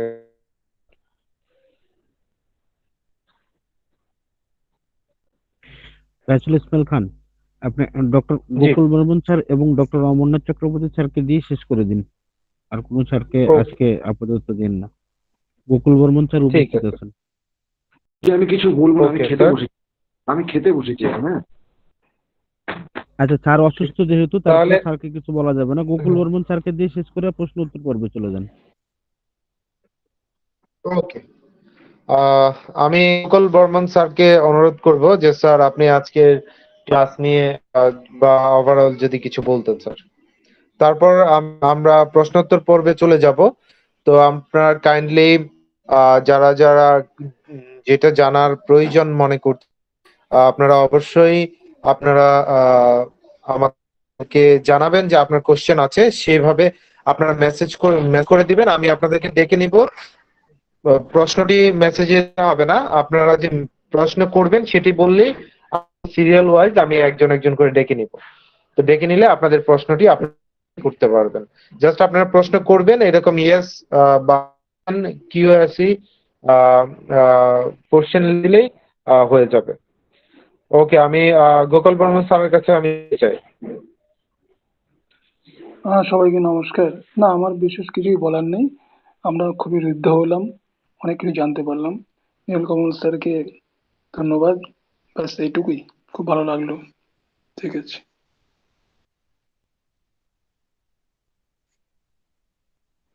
অসংখ্য ধন্যবাদ স্যার। আমরা চলে যেতে চাই যে আমাদের আজকের তৃতীয় পর্বে, যে প্রশ্নোত্তর পর্ব থাকে। আপনাদের কারো যদি কোনো প্রশ্ন থাকে তাহলে অবশ্যই আপনারা প্রশ্নটি করতে পারেন। আমি এখানে কমেন্ট দেখে নিচ্ছি। আমি একটা প্রশ্ন করব স্যারকে। আমি একটা স্যারকে প্রশ্ন করতে চাই যে নীলকমল স্যার। জি, আপনার প্রশ্নটি করুন। হ্যাঁ, নীলকমল স্যার। বলুন স্যার। হ্যাঁ, না স্যার, আপনি আমায় স্যার বলবেন না, আমি আপনার থেকে অনেক সবটাতেই ছোট। যাই হোক, বলছিলাম যে স্যার একটা জিনিস আমি এখানে বুঝতে পারলাম না, স্লাইডে যেটা দেখলাম যে ওনা বলল যে যখন আমাদের শুক্রাণুর সঙ্গে ডিম্বাণু মিলন হয় তখন ডিম্বাণু এক্স টাই থাকে। এবার শুক্রাণু ইয়ে করে যে সে এক্স নিয়ে যাবে না ওয়াই নিয়ে যাবে, তাই তো? তাহলে যদি আমি মনে করি যে শুক্রাণু যদি এক্স নিয়ে যায় তাহলে ফিমেল হবে, যে শুক্রাণু ওয়াই নিয়ে যায় তাহলে মেল হবে। যদি আমরা আইডেন্টিক্যাল টুইন না দেখে, যেটা আমরা বলছেন যে অন্য আইডেন্টিক্যাল টুইন ছাড়া, অর্থাৎ দুটো ওভাম যদি দুটো স্পাম ভেদ করে তাহলে সেক্ষেত্রে বলছেন যে একটা ছেলে একটা মেয়ে হবে। কিন্তু এটা কেন হবে? দুটোই ছেলে হয় না কেন? কারণ আমার যতদূর মনে হয় যে স্লাইডটা দেখে আমি যা বুঝলাম যে কোন স্পামটা এক্স নিয়ে যাবে কোন স্পামটা ওয়াই নিয়ে যাবে সেটা বোঝা সম্ভব না, এবং সেটা জানাও সম্ভব না অত লক্ষ লক্ষ কোটি কোটি অত স্পামের মধ্যে। এবং যেটা এবার হলো যেটা যদি এটা কেন নয় যে আরেকটা মানে ফার্স্ট ওভামটা যদি ওয়াই দিয়ে মানে ওয়াই দিয়ে যদি সংযোগ হয় তাহলে সেক্ষেত্রে সেকেন্ড ওভামটাও ওয়াই দিয়ে সংযোগ হবে না কেন? সেটা এক্সই হবে কেন? দুটো তো এরমও হতে পারে যে দুটো ডিম্বাণু দুটো শুক্রাণু ইয়ে করলো, ফার্টিলাইজ করলো, কিন্তু দুটোই মেল হলো বা দুটোই ফিমেল হলো, এরম কেন হবে না? জোরের ক্ষেত্রে একদম খুব সূক্ষ্ম তত্ত্ব দেখুন আমাদের জানা নেই। আমরা যতটুকু কিছুদিন আগের বইও পড়েছিলাম সেখান থেকে উত্তরগুলো এইভাবে দেয়া যেতে পারে। তবে আমি তো বলে রেখেছি যে কেরিওটাইপের উপরে এবং কি বলবো টুইনের উপরে, হ্যাঁ, কখন কোন টুইনটা হয় সেটা যখন আমি এমব্রায়োলজি নিয়ে আলোচনা করব, বা প্রেগনেন্সি নিয়ে যখন চলবে তখন সেই জায়গাগুলোতে বলবো যে টুইন বেবির ক্ষেত্রে কি কি ঘটে না ঘটে। আজকে জাস্ট একটা ফেনোমেনা কিভাবে হয় সেটা বললাম। তবে আপনার প্রশ্ন নিঃসন্দেহে খুব ভালো, সমর্থন করার যোগ্য। এই জায়গাগুলো কিন্তু আমাদের জানা উচিত। হ্যাঁ, কিন্তু ওইভাবে কোনটাতে এক্স হবে কোনটাতে ওয়াই হবে কি হবে ওটা অতটা জানাশোনা আমার সত্যি নেই দাদা। হ্যাঁ, ঠিক আছে স্যার, এটা আপনি একটু নেক্সট যেদিন বলবেন সেদিন এটা একটু মনে রাখেন। হ্যাঁ পার্থ স্যার বলুন। অবশ্যই এই জন্য তো আমার যেটা আগে জানা ছিল আমি যদি বলি একটু যদি ভুল থাকে কারেকশন বলুন করে স্যার, দেবেন। নিশ্চয়ই বলবেন। কল্যাণ স্যারের উত্তরটা আর কি এরকম হতে পারে। এখন ধরে নেওয়া হলো যে আমাদের যে স্পার্ম গুলো সবাই কিন্তু একই, আমরা তো এক্স ওয়াই, কোন স্পার্ম ওয়াই ক্যারি করবে, কোন স্পার্ম এক্স ক্যারি করবে, সেই রকম। কারণ এটা জি তো স্যার। এন সংখ্যক ক্রোমোজোম তো ক্যারি করছে। মেয়েদের ক্ষেত্রে ডবল এক্স ভেঙে গিয়ে এক্স আর এক্স, ডবল এক্স হলো। তাহলে এক একটা ওভামের মধ্যে দুটো এক্স থাকবে না, সেক্স ক্রোমোজোম সিঙ্গেল থাকবে। এইবার একটা ওভামের মধ্যে ধরে নি মেয়েদের, তার মানে সব কটা ওভামেতেই এক্স থাকবে। এটা ক্লিয়ার? ক্লিয়ার। কিন্তু ছেলেদের either X or or Y, correct? এইবার এক্স এর মধ্যে মানে ওভামের মধ্যে যদি ওয়াই স্পার্ম ফার্টিলাইজ করে, তাহলে ওখানে কি হলো, এক্স ওয়াই এন এন, অর্থাৎ মেল বেবি, অর্থাৎ মেল হয়ে গেল। আর অপোজিট ক্ষেত্রে এক্স এর সাথে যদি স্পার্মের এক্সটা মিল হয়ে যায়, তাহলে ওখানে 2n হলো এক্স এক্স, ডবল এক্স, এবং এটা সেক্স ক্রোমোজোম, সেই ক্ষেত্রে ওটা হলো ফিমেল বেবি। তাহলে মেল বেবি কি করে হচ্ছে, ফিমেল বেবি কি করে হচ্ছে বুঝলাম। এইবার আইডেন্টিক্যাল টুইন বেবি যেখানে হচ্ছে, এখন মনে করুন ওই যে জাইগোটটা ফর্ম করলো, তাহলে সেইটা হলো কি ওই 2n ক্রোমোজোম সেক্স ক্রোমোজোম, আর আমাদের সম্ভবত হিউম্যানেতে বোধহয় 23 জোড়া যেটা আমাদের এমনি ক্রোমোজোম থাকে, অটো কি বলে ওটা স্যার, ওটা বলে দেবেন আপনি। অটোজোম। আর আচ্ছা, তাহলে ওইটা থাকছে, আর প্লাস ওই সেক্স ক্রোমোজোম, এইটা মিলে তো পুরোপুরি হয়ে গেল ওই সংখ্যাটা, মানে ক্রোমোজোম প্যাটার্নটা ক্লিয়ার। এইবার ওই জাইগোটটা কোনো কারণে যদি ভেঙে যায়, কারণ তখন কিন্তু ওই টিস্যু গুলো সব মোল করেনি, ওই একটা থেকে দুটো, দুটো থেকে চারটে, স্যার যেমন স্লাইডে দেখালেন খুব সুন্দর, হ্যাঁ এইরকম, হ্যাঁ একটা থেকে দুটো, দুটো থেকে চারটে, চারটে থেকে আটটা, আটটা থেকে 16টা, এইভাবে তো সেটা বেড়ে বেড়ে যাচ্ছে। এই যখনও একটা ক্লিয়ার ভাবে সে শেপ নেয়নি, মানে একটা ওই রকম কতগুলো সেল রয়েছে, মনে করুন সে 32টা সেলের মধ্যে রয়েছে, সেই সময় সে মাঝখানে ফেটে দুটো টুকরো হয়ে গেল, তাহলে কিন্তু তারা সেম সংখ্যক ক্রোমোজোম ওই দুটো সেলের মধ্যেই আর কি, ওই যে ভাঙাটার মধ্যেই ওই ক্রোমোজোম সংখ্যাটা সে নিয়ে থাকে। সেই ক্ষেত্রে আইডেন্টিক্যালি টুইনটা আসবে, ওই জাইগোটটা যখন ভেঙে যাচ্ছে তখন কিন্তু ওই আইডেন্টিক্যাল টুইন হলো।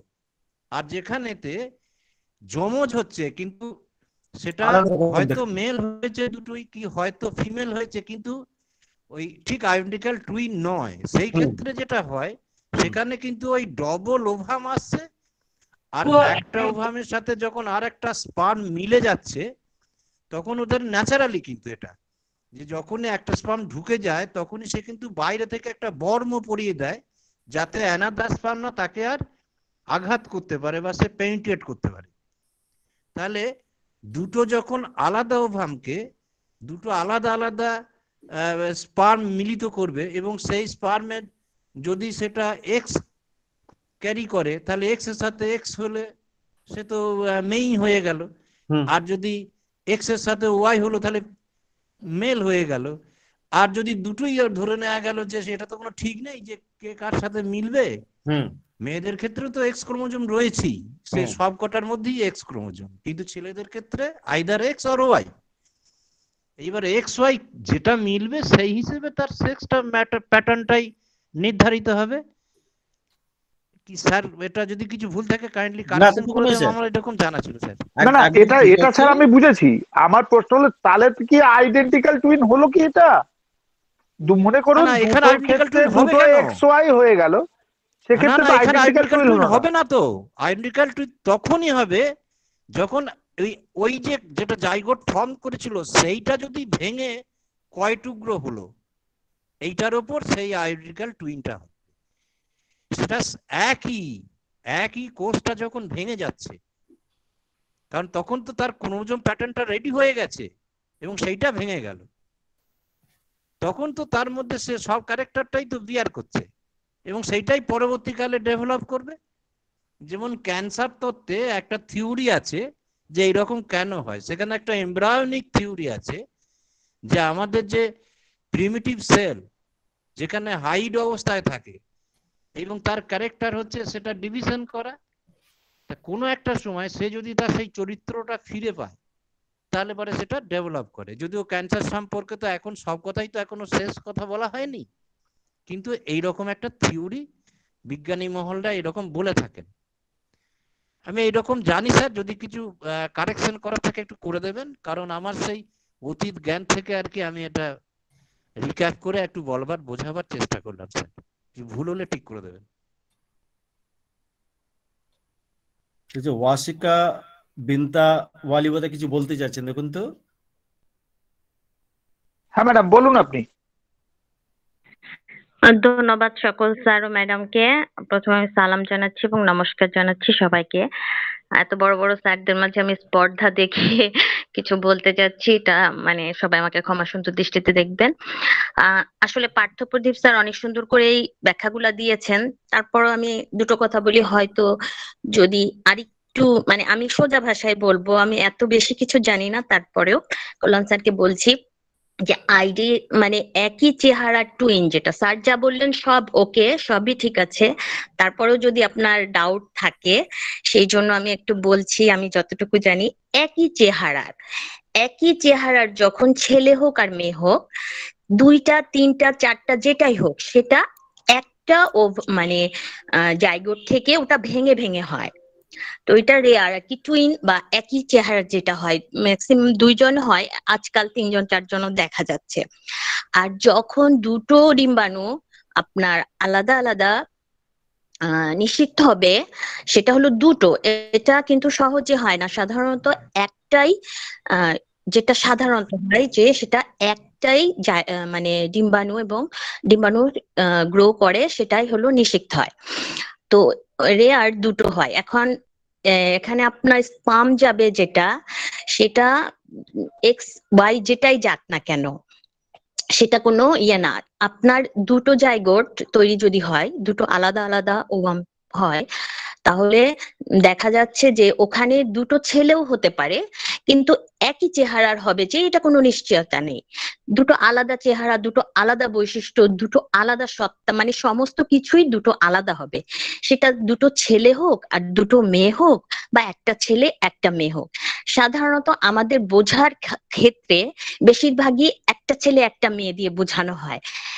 মানে দুটো ছেলে দুটো মেয়ে দিয়ে বোঝালে হয়তো হজবরল হয়ে যাবে দেখে টুইন যখন বলে, যে একই চেহারার টুইন যখন বলে, সেটা ওই আপনার একটা জায়গা থেকে হচ্ছে, একই চেহারার যখন হবে তাদের নেচার 90% মিলবেই, কিছু হয়তো মিলবে না। আর যখন আলাদা চেহারার হয়ে যাবে, তাদের সমস্ত বৈশিষ্ট্যই আলাদা এবং তারা দুটো আলাদা আলাদা ওভাম থেকে এবং আলাদা আলাদা জায়গা থেকে তারা জন্মগ্রহণ করবে। আমি কি ক্লিয়ার করতে পেরেছি স্যার? আপনি কি বুঝতে পেরেছেন? হ্যাঁ নিশ্চয়ই নিশ্চয়ই ম্যাডাম, আমি বুঝতে পেরেছি, ব্যাপারটা বুঝতে পেরেছি, হ্যাঁ ধন্যবাদ। ব্যাপারটা বুঝতে পেরেছি। ধন্যবাদ আপনাকে, ধন্যবাদ পার্থপ্রদীপ সাহেবকে, ধন্যবাদ নীলকমল স্যার। তারপর কাছে আবার ক্ষমা চেয়ে নিচ্ছি। ধন্যবাদ। না ওয়াসিকা বিনতা ওয়ালিকে আমি খুব ধন্যবাদ জানাচ্ছি যে সুন্দর সংযোজনের জন্য। খুব ভালো লাগলো, আমার খুব ভালো লাগছে, খুব ভালো বলেছেন ম্যাডাম। অসংখ্য ধন্যবাদ আপুকে, বলেছেন এবং মানে সত্যি অনেক সুন্দর একটি সংযোজন করেছেন। এবং আমি প্র্যাকটিক্যালি আমি যদি আসলে আমিও ঠিক আপনি যে কথাটা বলেছেন তাতে টোটালি একমত, বিকজ আমি গত কিছুদিন আগে এই জিনিসটা আমিও জানতে পেরেছিলাম যে আমি একজন প্র্যাকটিক্যাল যে বিষয়টা, যে দুইটা ফুল ওনারা বলছিলেন যে দুইটা ফুল যে বেবিটা আসলে যেই জায়গাতে জন্মগ্রহণ করে, এই যে জায়গাটা থাকে ঠিক ওই জায়গা দুইটা ভাগে অনেক সময় টুইনের সময় হয়। একটা হচ্ছে কি জায়গার মধ্যে দুইজন থাকে, আবার দুইটা আলাদা থাকে। তো এই জিনিসটা আমিও কয়েকদিন আগে আসলে জানতে পেরেছি। তো আপু অত্যন্ত সুন্দরভাবে আসলে আপনি ব্যাখ্যা দিয়েছেন, তো আপনাকে ধন্যবাদ। তো আমরা এখানে আরেকটি প্রশ্ন আমরা ছিলাম, যে প্রশ্নটি হচ্ছে যে ভৌমিক শান্তনী ভৌমিক শ্রদ্ধেয় স্যার ম্যাডাম, আমি ঠিক ওটা ধরতে পারছি না। স্যার, আমি আমার একটা প্রশ্ন, পিসিওএস থাকলে কি ফার্টিলিটি হতেই পারে? এই টাইপের একটি প্রশ্ন করেছেন। আমি শ্রদ্ধেয় নীলকমল বর্মনকে অনুরোধ করবো যদি স্যার প্রশ্নের উত্তরটি একটু দিতেন। হ্যাঁ, পিসিওডি বা পিসিওএস নিয়ে অনেক আলোচনা হয়েছে। সেদিনও একই কথা বলা হয়েছিল, পিসিওডি থাকলে সম্ভাবনাটা বেশি, কিন্তু এরকম অনেক দেখা গেছে যে পিসিডি হওয়া সত্ত্বেও কিন্তু তার কি বলবো সন্তান এসেছে। তাহলে আসলটা ব্যাপার কি হলো, যে একটা অভুলেশন ঠিক মতো হচ্ছে কিনা। এইবার অভুলেশন যদি কোনোভাবে হয়ে গিয়ে থাকে তাহলে তো না হওয়ার ভাই কোনো কারণ নেই।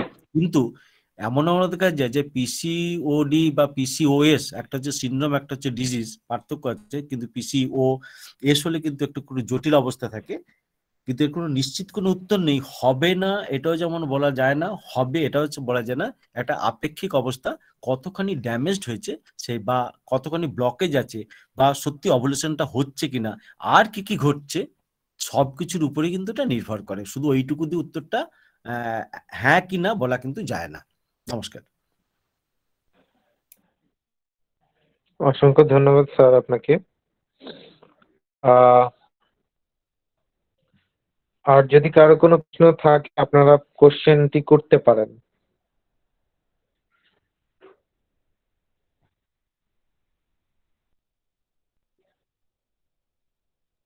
আচ্ছা, এখানে একজন আরেকটি প্রশ্ন করেছেন যে রাহেলা খাতুন প্রশ্নটি করেছেন, স্যার প্রায় 300 মিলিয়ন স্পার্ম এর মধ্যে কেবল একটি মাত্র ওভামে যায়, নিশ্চয়ই সেটি তখন ভীষণ শক্তিশালী ছিল।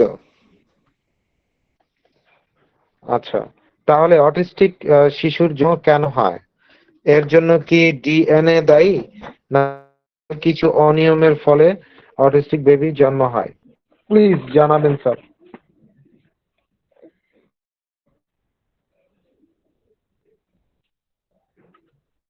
ডক্টর নীলকমল বর্মন স্যার, আমাকে শুনতে পাচ্ছেন? হ্যাঁ, রাহেলা খাতুন ম্যাম খুব ভালো প্রশ্ন করেছেন। শোনা যাচ্ছে তো? জি স্যার, শোনা যাচ্ছে। হ্যাঁ, রাহেলা খাতুন ম্যাম খুব ভালো প্রশ্ন করেছেন। উনি খুব সুন্দরভাবে বলেছেন যে হ্যাঁ নিঃসন্দেহে খুব শক্তিশালী ছিল। কিন্তু ম্যাডাম, ব্যাপারটা হয়ে গেছে কি, অটিজম কিন্তু কোনো ক্রোমোজোমের কিন্তু ব্যাপার নয়। এটি যদি ক্রোমোজোমের ব্যাপার থাকতো তাহলে সেখানে কি আমরা ভাবতাম। অটিস্টিক হচ্ছে সম্পূর্ণভাবে একটা সাইকোলজিক্যাল এবং ইল ডেভেলপমেন্টের জন্য এটা কিন্তু হয়ে থাকে। তার আইকিউ কম থাকে এবং সে কতগুলো মেসেজ যেগুলো মানে বইয়ের থেকে সংগ্রহ করার দরকার সেটা সে নিতে পারে না, তার ক্যারেক্টার ঠিকভাবে প্রকাশ পায় না, সে প্রত্যেকটা জিনিস ভালো করে রেসপন্স করতে পারে না। এটা যেহেতু কোনো প্রকারেই ডিএনএ বা ক্রোমোজোমের ডিজিজ নয়, তাহলে ওইটার সাথে কিন্তু এটা কখনোই মিলবে না।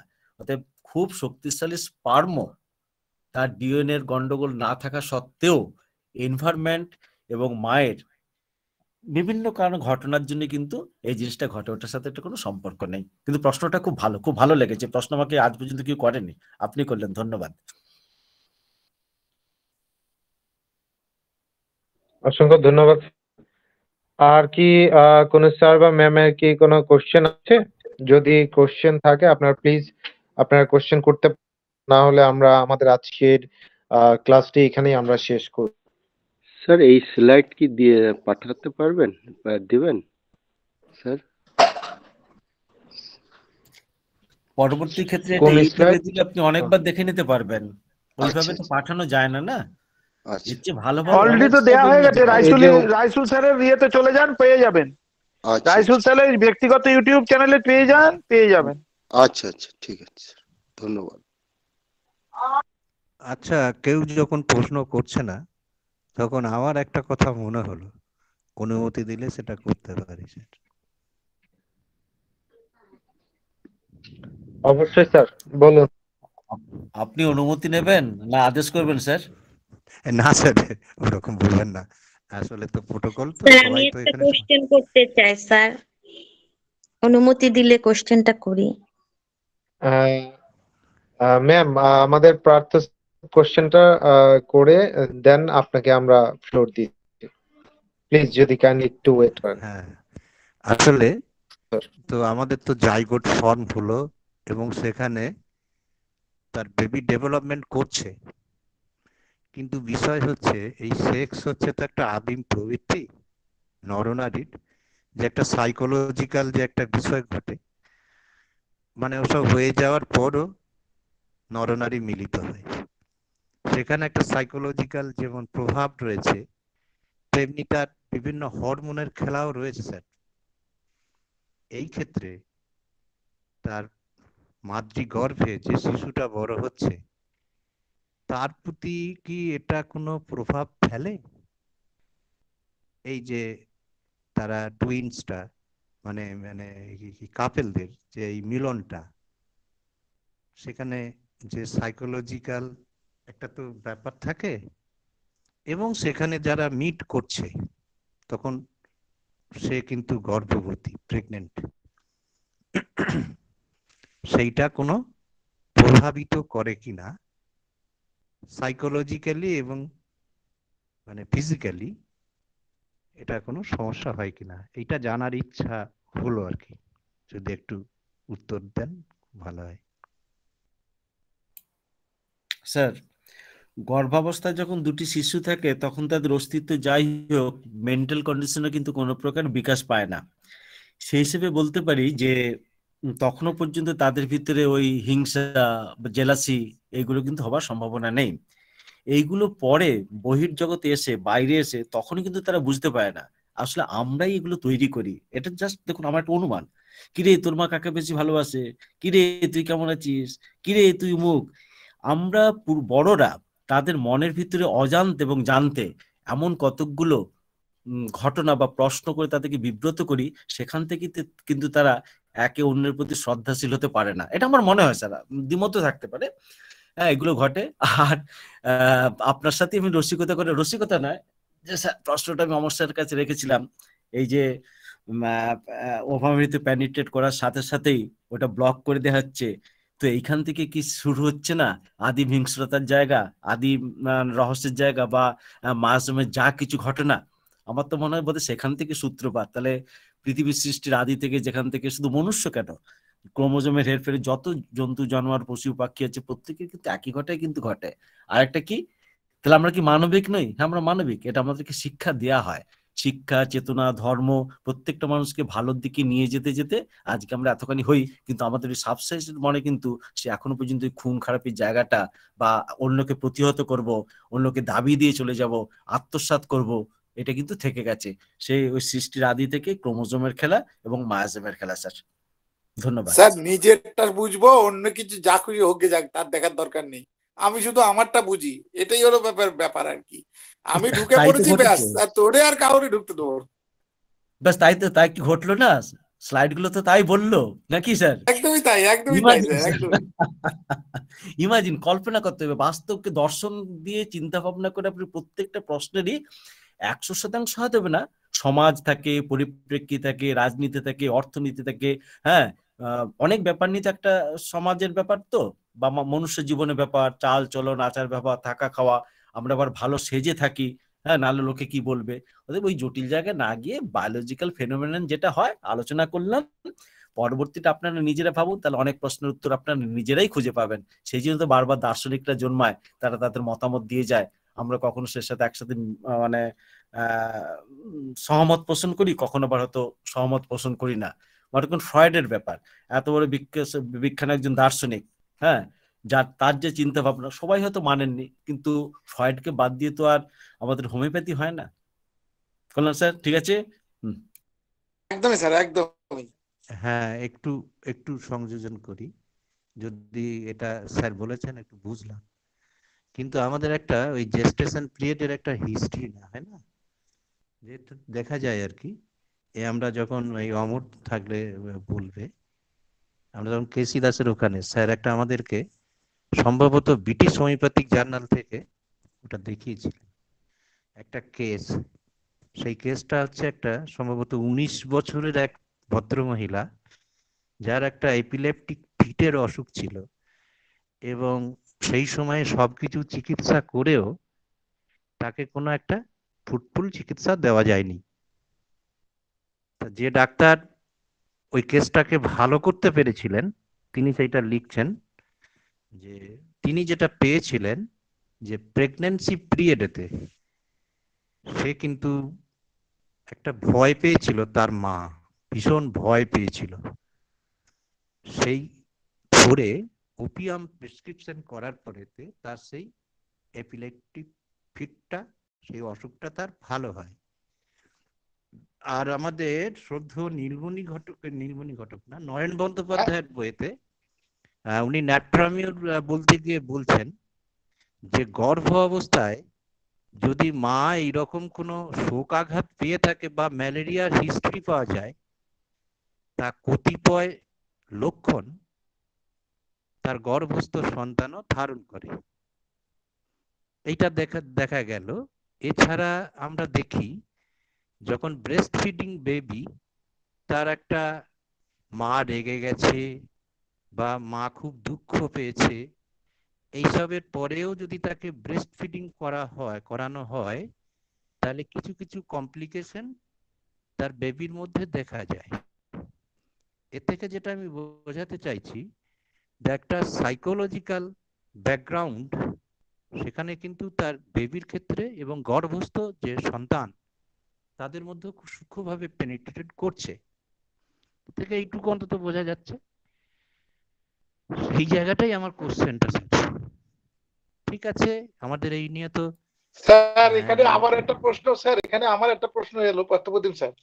পার্থপ্রতিম স্যার, যদি আপনি যেটা এখন প্রমাণিত, যদি মা রাগ করে হোক, মা দুঃখ পেয়ে হোক, যদি তার শিশুকে দুধ খাওয়ায়, তাহলে যদি সেই বাচ্চার কনভালশন বা অন্য কিছু হয়, সেটা যেমন প্রমাণিত আপনি বলছেন যে এই যে মায়ের সাইকোলজি দুধ খাওয়ানোর মধ্যে দিয়ে শিশু সাইকোলজিতে এসে পৌঁছয়, তাহলে যদি আমরা কেউ পুরুষেরা হোক বা মহিলারা হোক, রাগ করে হোক বা অন্য কোনো উপায় হোক, আমরা যদি পেনিট্রেট করি এবং তার ফলে যে সন্তানটা বা যে স্পার্মটা গিয়ে পেনিট্রেট করবে ওই ওভামটাকে, তাহলে সেইখানেও কি এই ধরনের চেঞ্জেস সেই সন্তানের মধ্যে আসতে পারে না? আমার কোশ্চেনটা তো ওই জায়গায়।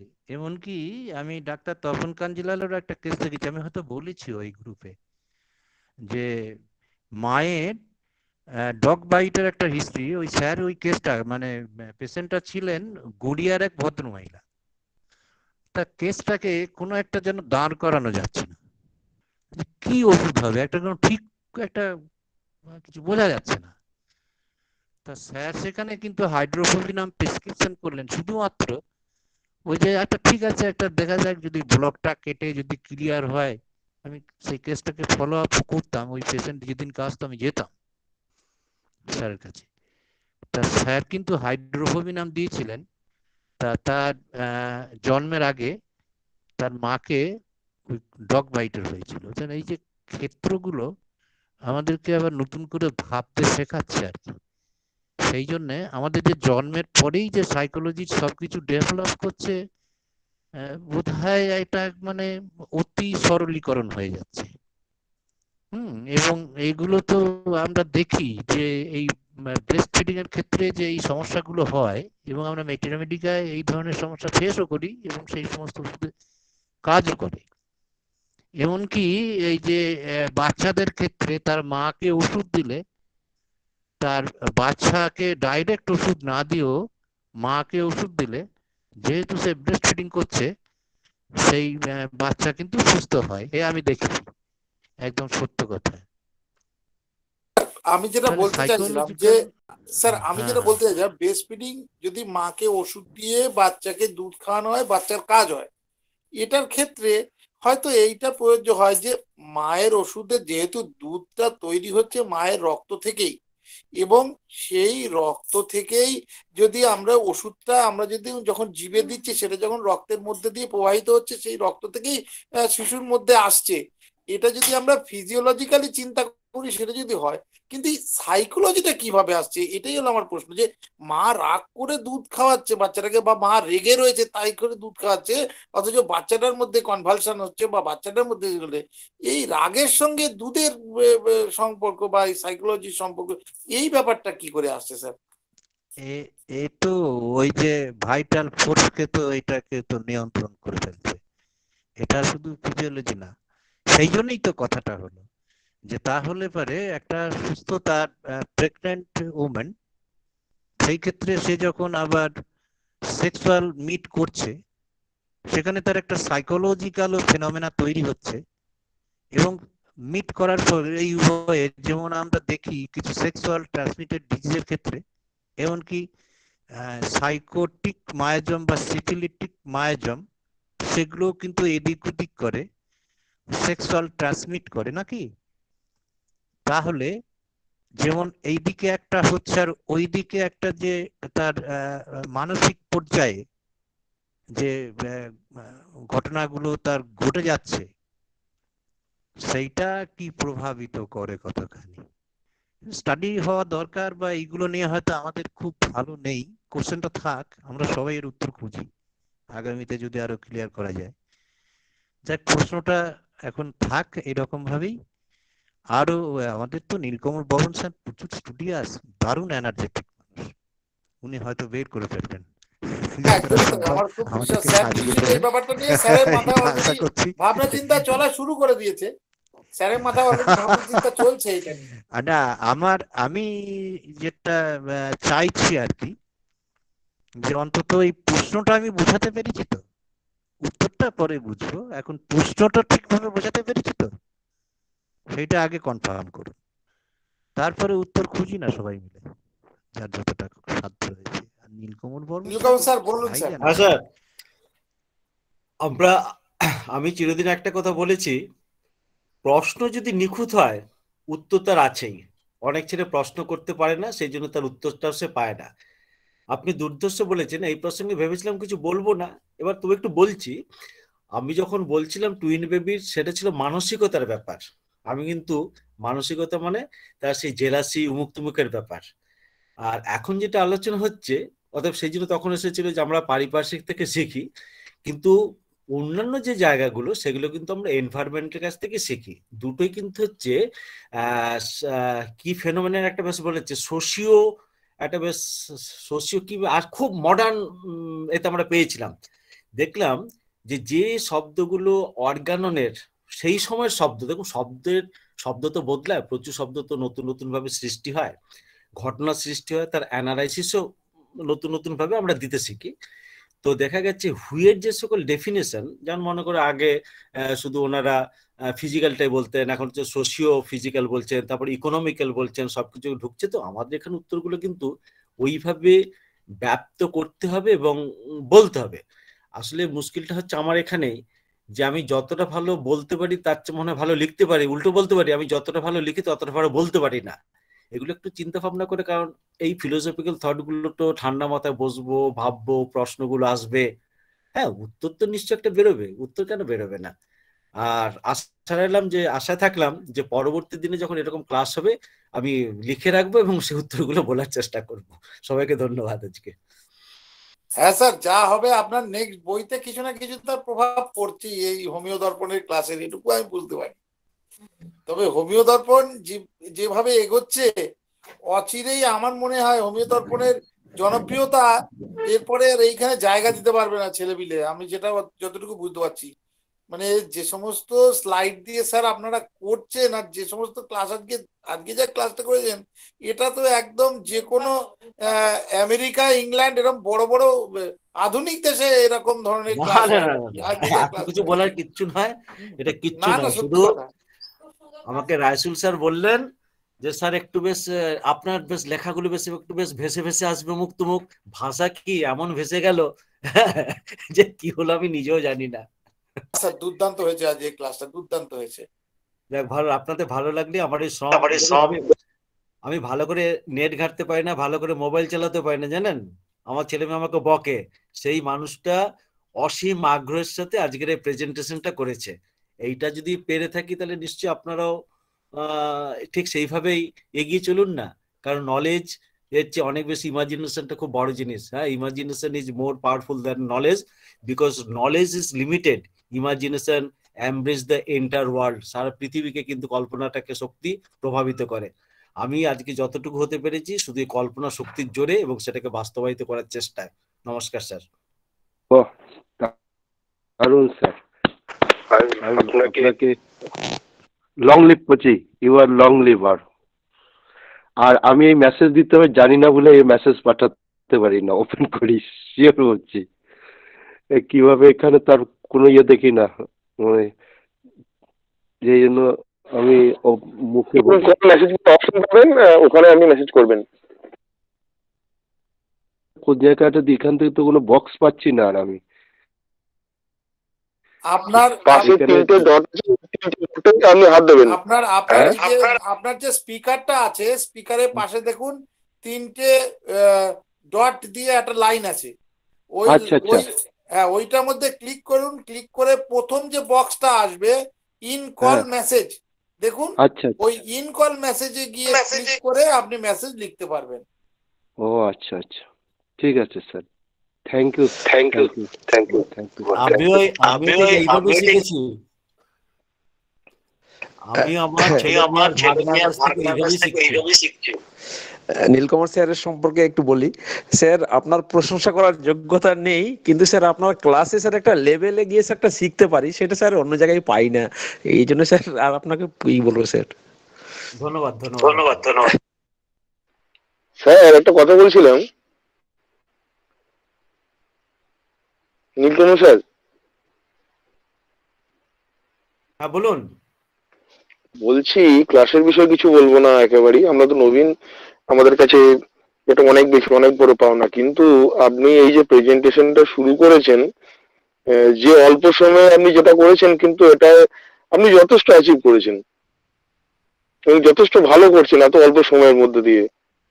হ্যাঁ, বিশ্বাস করি এই সোমবার দিন রাসুল স্যার বলার পরে আমলাম ঠিক আছে, ভাবলাম ভাগনাকে বললাম, বলা এরকম অনেক কিছু করা যায়, হঠাৎ মাথায় চলে গেল আসলে ডায়মন্ড তো কাটিং এর উপরে, ডায়মন্ডের দামটা নির্ভর করে কাটিং এর উপরে।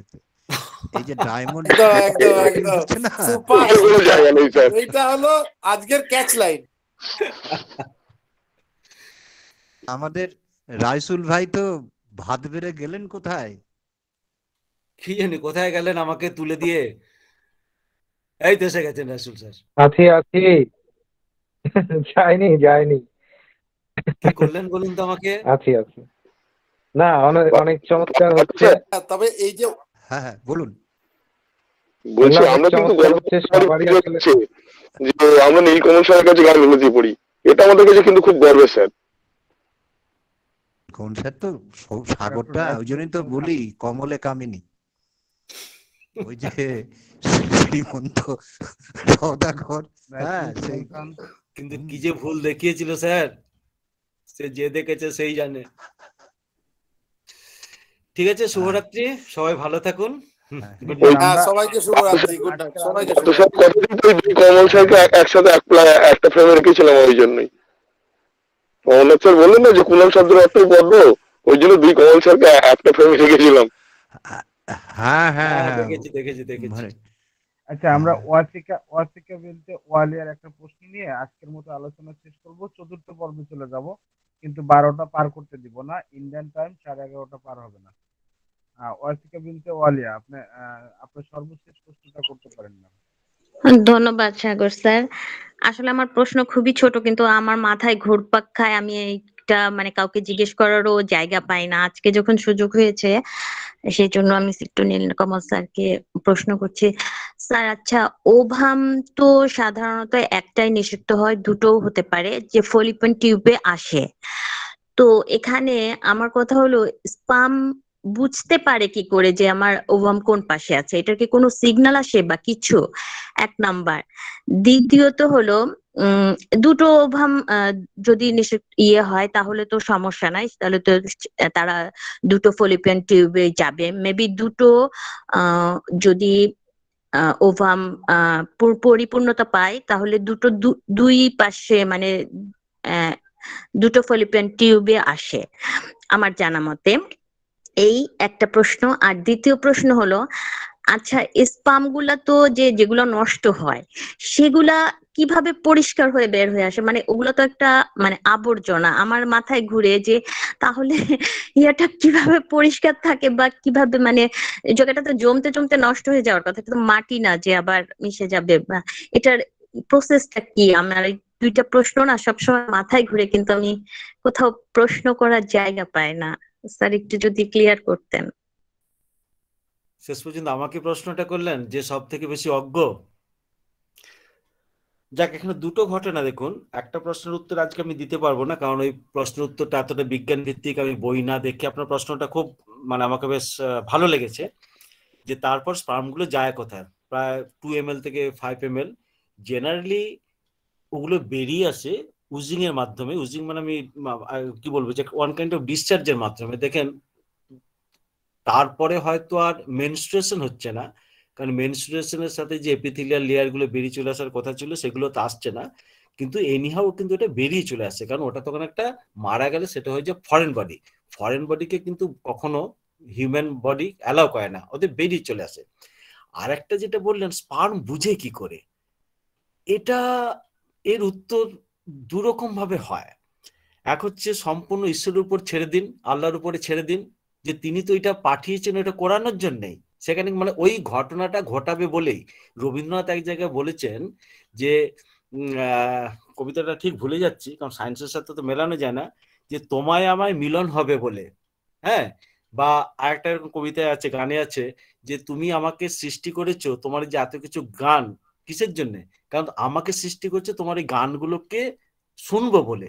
তাহলে একে হচ্ছে অন্যের পরিপূরক। ওভাম চিরদিন গিয়ে মিলিত হবে স্পার্মের সাথে, অথবা স্পার্ম চিরদিন গিয়ে প্যানিট্রেট করবে ওভামকে। এটি হচ্ছে প্রকৃতির লীলা। তার জন্য কিন্তু মনুষ্য সমাজ বা এই হিউম্যান বডির সৃষ্টি।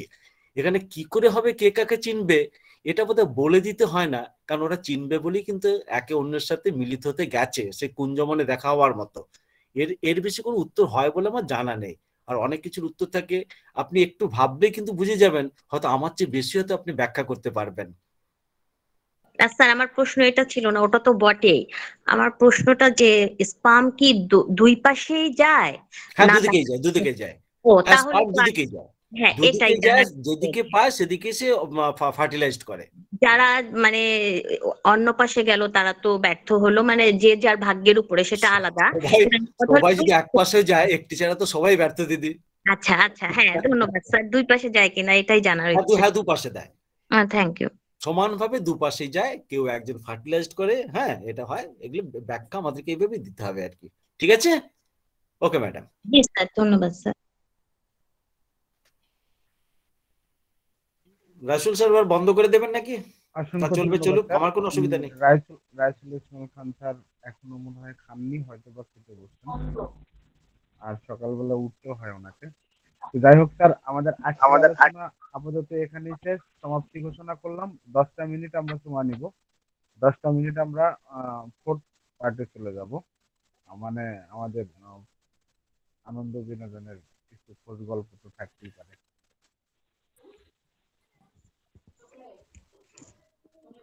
হ্যালো, হ্যাঁ, মেলেদের কপালে কি জন্মের আগে থাকতেই শুধু ছোটাছুটি, আর ওই ফিমেল এক জায়গায় বসে বসেই মজাটা লুটবে। নীলকমল বরং আচ্ছা, সেই জন্য দেখছি না পুরুষরা বেশি খাটতে বেরোয়, সকাল থেকে উঠে গেল, বাবা কোথায় খাটতে বেরিয়েছে, জন্মের আগে থাকতেই সাঁতার কাটছে আর ছুটে ওরে বেড়াচ্ছে। বাবা, হ্যাঁ ছুটে বেড়াচ্ছে, রোজগার করছে, ঘুরে বেড়াচ্ছে। সকলেই তো খায় স্যার। হ্যাঁ, কিন্তু ছুটে বেড়ায় তো পুরুষেরাই বেশি।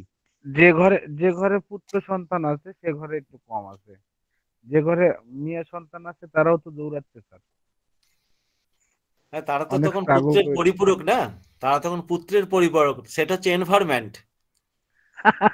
কিন্তু আদিম সৃষ্টিতে গিয়ে দেখুন, একদম শুরুর দিকে পুরুষরাই কিন্তু দৌড়েছে ফিরেছে, এরা কিন্তু সংসার বেঁধেছে। একজন সংসার বাঁধে, একজন সংসার বাঁধতে সাহায্য করে, একজনকে কেন্দ্র করে একজন ঘুরে বেড়ায়। সেই শরৎচন্দ্রের কথা মতো, এতদিন যাকে মৃত্যু করে ঘুরলাম, না পেলাম তার কাছে যাবার অধিকার, না পেলাম মুক্তি, পরাধীন নই তো তবু স্বাধীন বলবার জোর কোথায়। হচ্ছে ঠিক সেই রকম। ওই একটি স্পার্ম একটিকে নিয়ে করলো, বাদ বাকি সবাই ঘুরে বেড়ালো এবং ওই কিছুদিন পরে মানে মৃত্যুবরণ করে ফিরে চলে এলো। এটাই তো জীবন সংগ্রামের বা খঞ্জনি বাজাতে বাজাতে বেরিয়ে চলে আসলো। সব ডারউইনের তত্ত্ব। একদম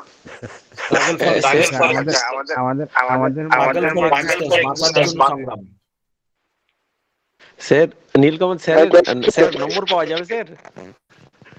না স্যার, স্যার একটু দরকার ছিল, পরে যোগাযোগ করে দেবো স্যার। যোগাযোগ করতে পারছি না, তার জন্য নম্বরটা চাইছি। প্রত্যেকদিন কেউ না কেউ যোগাযোগ করছে, চেষ্টা করতে হবে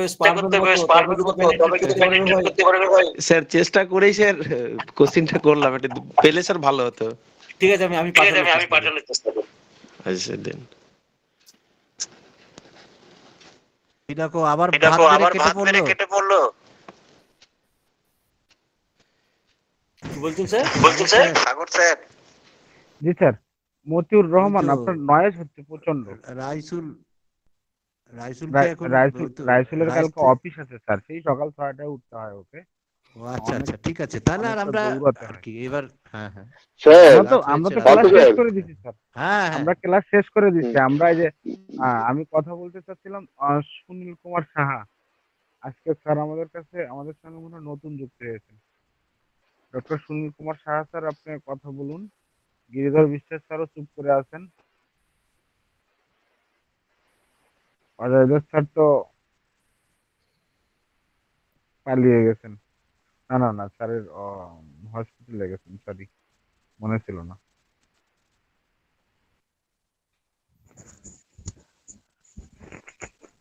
আচ্ছা, এখন পার্থপ্রদীপ স্যারের শরীরের অবস্থা কিরকম? হ্যাঁ, তন্ময় কি একটা বলতে চাইছিল। বলছি ওই রাইসুল ট্রান্সফার হয়েছে আর কি, ওর বাসা থেকে ওর কাজের জায়গাটা যথেষ্ট দূরে হয়ে গেছে, যাওয়া আসা করতে অনেকটা সময় লেগে যাচ্ছে ওর। অনেকটা সময় লেগে যাচ্ছে, অনেকটা। হ্যাঁ, সেটা বোঝা গেল। আচ্ছা, আপনি কেমন আছেন বলুন স্যার? আমি তো না আজকে আপনাকে করতাম যে আপনাকে পাইনি, শরীর খারাপ শুনলাম। আমিও ফোন করেছিলাম কিন্তু স্যারকে পাচ্ছি না। না, আমি তো মানে দুদিন তো ছিলাম না, মানে সেকেন্ড এন্ড থার্ড। সেকেন্ড দিন তো শুধু ঘুমিয়েছি দিন রাত, আর তৃতীয় দিন মানে খানিকটা ভালো ছিলাম কিন্তু সাহস করে আর চোখ দিতে পারিনি।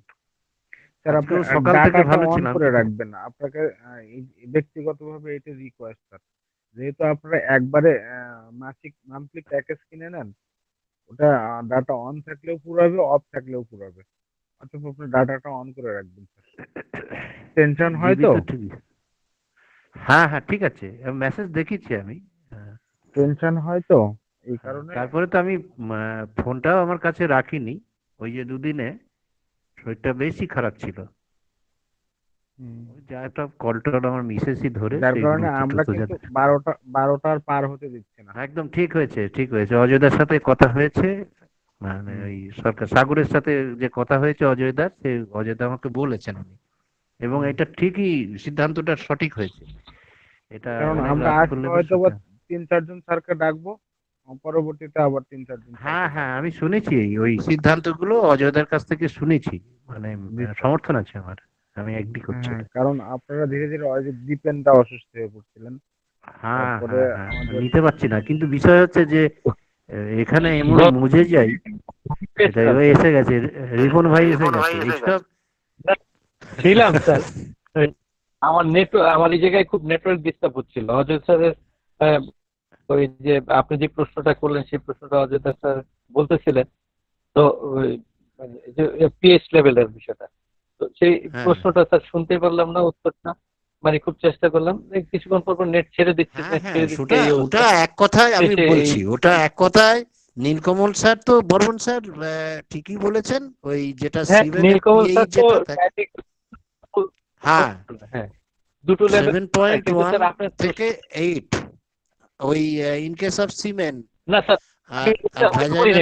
পিএইচ হচ্ছে 3.7 to 4.3 স্যার। আমি এভারেজ অন 4। তা বিষয় হচ্ছে পিএইচটা যখনই একটু বাড়ে কমে তখনই গন্ডগোলটা হয়, ওই স্পার্ম মরে যাক বা তার ওই ডিস্টার্ব গুলো হোক, বুঝছি এই পিএইচ এর জন্য এই ঘটনাগুলো স্যার, ঘটে। ওইটা বুঝেছি। ওইটাই না স্যার, ওইটা বুঝেছি, কিন্তু আপনি যেই কথাটা বলছিলেন আমার আমার কাছে প্রশ্নটি নবতর মনে হয়েছিল। সেটা হচ্ছে যে মেয়েদের ভ্যাজাইনাল পিএইচ লেভেলটা তো থাকে 4 পয়েন্ট সামথিং, আর ছেলেদের যে স্পার্মের পিএইচ লেভেলটা থাকে 7.1 to 8 পর্যন্ত। তো এই নিচে নামলেও সেইগুলো একটা পর্যায়ে ডেথ সেল, মানে ডেথ হয়ে যায় ইয়েটা, আর উপর বাড়লে তো অ্যালকাইন লেভেলটা বেড়ে যায়। এখন কথা হলো এই যখন ক্রস হচ্ছে ওই অ্যাসিড আর অ্যালকালি, বুঝতেছিলেন যে তখন এই আমরা দুটো দুই কেমিস্ট্রির মাত্রা ফর্মুলা দুই থেকে, লেভেলের জিনিস, এরা কি হ্যাঁ করে একসাথে ব্যালেন্স কেমিস্ট্রি করে থেকে আমরা কি জানি? ওটা জানতে চাই।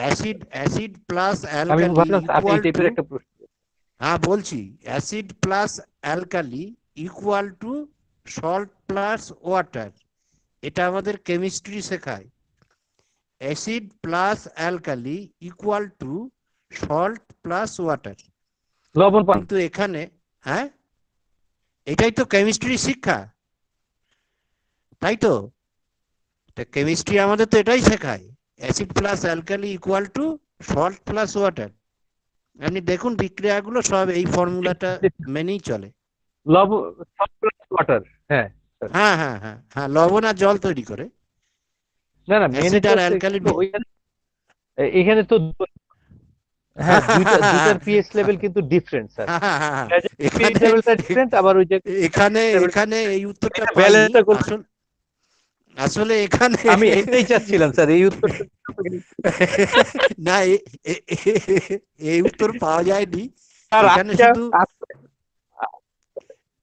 আজকে আবার বইলা ফেলেন না যে বেয়ারা প্রশ্ন, আবার বেয়ারা প্রশ্ন করতে যাচ্ছি আমি স্যার। আপনার এই প্রশ্নটার এই জায়গাটা কিন্তু আমি মেরিটটা আপনি ঠিকই ধরেছেন, মেরিটটা ঠিকই ধরেছেন। আসলে এগুলো আমাদের তো নতুন নতুন ভাবনা করতে শেখায়। আসলে আমি তো চিরকালই হচ্ছে ওই তবে স্যার এই যে নীলকমল বর্মন স্যার যে এরকম বললেন স্পার্মের মুভমেন্টটা দুই দিকে, সাগরের হতে যায় করতে হবে না। সাগর একটু হ্যাঁ হ্যাঁ মিউট করলে ভালো হয়। সাগর এর মধ্যে যে চার্জটা থাকে সেটা কিন্তু একটা পজিটিভ, হ্যাঁ স্যার, একটা পজিটিভ চার্জ থাকে, হ্যাঁ পজিটিভ চার্জকে, আর ইয়ার মধ্যে থাকে নেগেটিভ চার্জ স্পার্মের মধ্যে। শ্রুতিতে এর কিন্তু একটা বিকর্ষণ বা আকর্ষণের একটা জায়গা আছে কিন্তু স্যার, যার কারণে স্পার্মগুলোর মুভমেন্টটা ওভামের দিকেই থাকে, যে অন্য দিকে না কিন্তু স্যার। যে দিক থেকেই থাকুক তার মুভমেন্টটা থাকে মানে সরাসরি ওভামের দিকে, আর ওভামের সাথে যখন সে ছুঁয়ে যায়। হ্যাঁ রিপন স্যার, জেনে নি বলছি সিমেনের মানে যেটা ওই স্পার্মের কি চার্জ থাকে? পজিটিভ নেগেটিভ চার্জ থাকে, পজিটিভ থাকে মেয়েদের ওই চার্জটা। আচ্ছা আচ্ছা, মেয়েদের পজিটিভ আয়োনাইজড আর ছেলেদের নেগেটিভ আয়োনাইজড। Negative ionised. এখন হচ্ছে কি স্যার, মানে ব্যাপার হচ্ছে যে আমি বলি স্যার, এটা ক্রোমোজোম লেভেল, এই জায়গায় ক্রোমোজোম লেভেলটাও একটু বোঝার ব্যাপার আছে স্যার, যে ছেলেদের কিন্তু দুইটাই এক্স এবং ওয়াই দুইটা হ্যাপ্লয়েড ডিপ্লয়েডের যে বিষয়টা থাকে, এখানে কিন্তু দুটো ক্রোমোজোম ছেলেদের বিয়ার করে, মেয়েদের কিন্তু এক্স এক্স ক্রোমোজোম, ফলশ্রুতিতে ওরা এমনিতেই প্লাস হয়ে থাকে স্যার। হ্যালো স্যার, বুঝা গেল কি স্যার? হ্যাঁ ওইটাকে আর একটু বুঝতে হবে। আমার জন্য সেই মনে পড়ছে আসলে এই এই জিনিসগুলো বলতে গেলে সেই 12 ক্লাসের সেই বিদ্যাটাকে একটু মনে করতে হচ্ছে আর কি। হ্যাঁ হ্যাঁ, ওই যে ম্যান্ডেল মানে স্যার হ্যাঁ না না স্যার, ম্যান্ডেলেরটা তো স্যার ওই যে মৌলিকুলার যে মৌলগুলার যে ইয়া আছে সেই জায়গাটা আপনার পর্যায় সারণী। ম্যান্ডেল, গ্রেগার জোহান ম্যান্ডেল, যিনি আর কি বলতে গেলে পারে ফাদার অফ মানে হেরিডিটি। গ্রেগার জোহান ম্যান্ডেল, যিনি ওই যে মটর গাছের পরীক্ষা করেছিলেন, ওই জেনোটাইপ ফেনোটাইপ বা যেগুলো কি ক্যারেক্টার নিয়ে আসবে, ওটা একটা চেকিং বোর্ড। সেসব বলতে গেলে সেই 12 ক্লাসের বিদ্যে শিখে আর আজকের কথা, তা সেটা একটা আছে সেখানে। কিন্তু ওই রকম আপনি যেটা বলছেন, আপনি বলার পরে মনে পড়ছে ওরকম। এখন এইটা যে ওই চার্জ স্যার হয়ে ওটা থাকে দুই কিনা জনুতে পরীক্ষা, প্রথম লেভেলে স্যার সব ক্রস বাচ্চা জন্মায়, দ্বিতীয় লেভেলে সব সম্পর্কগুলো আলাদা আলাদা হয়ে যায়। একদিকে সাদা বাচ্চা চলে যায়, একদিকে লাল কালো কালো খুব সম্ভবত কালো করেছিলেন, দ্বিতীয় জনুতে গিয়ে এটা আলাদা হয়ে যায় ম্যান্ডেলের। ওইটা কথা নয়, ওই যে চার্জের কথা যেটা রিপন ভাই বললেন যে ছেলেদের যে স্পার্মের একটা চার্জ থাকে আর ওভার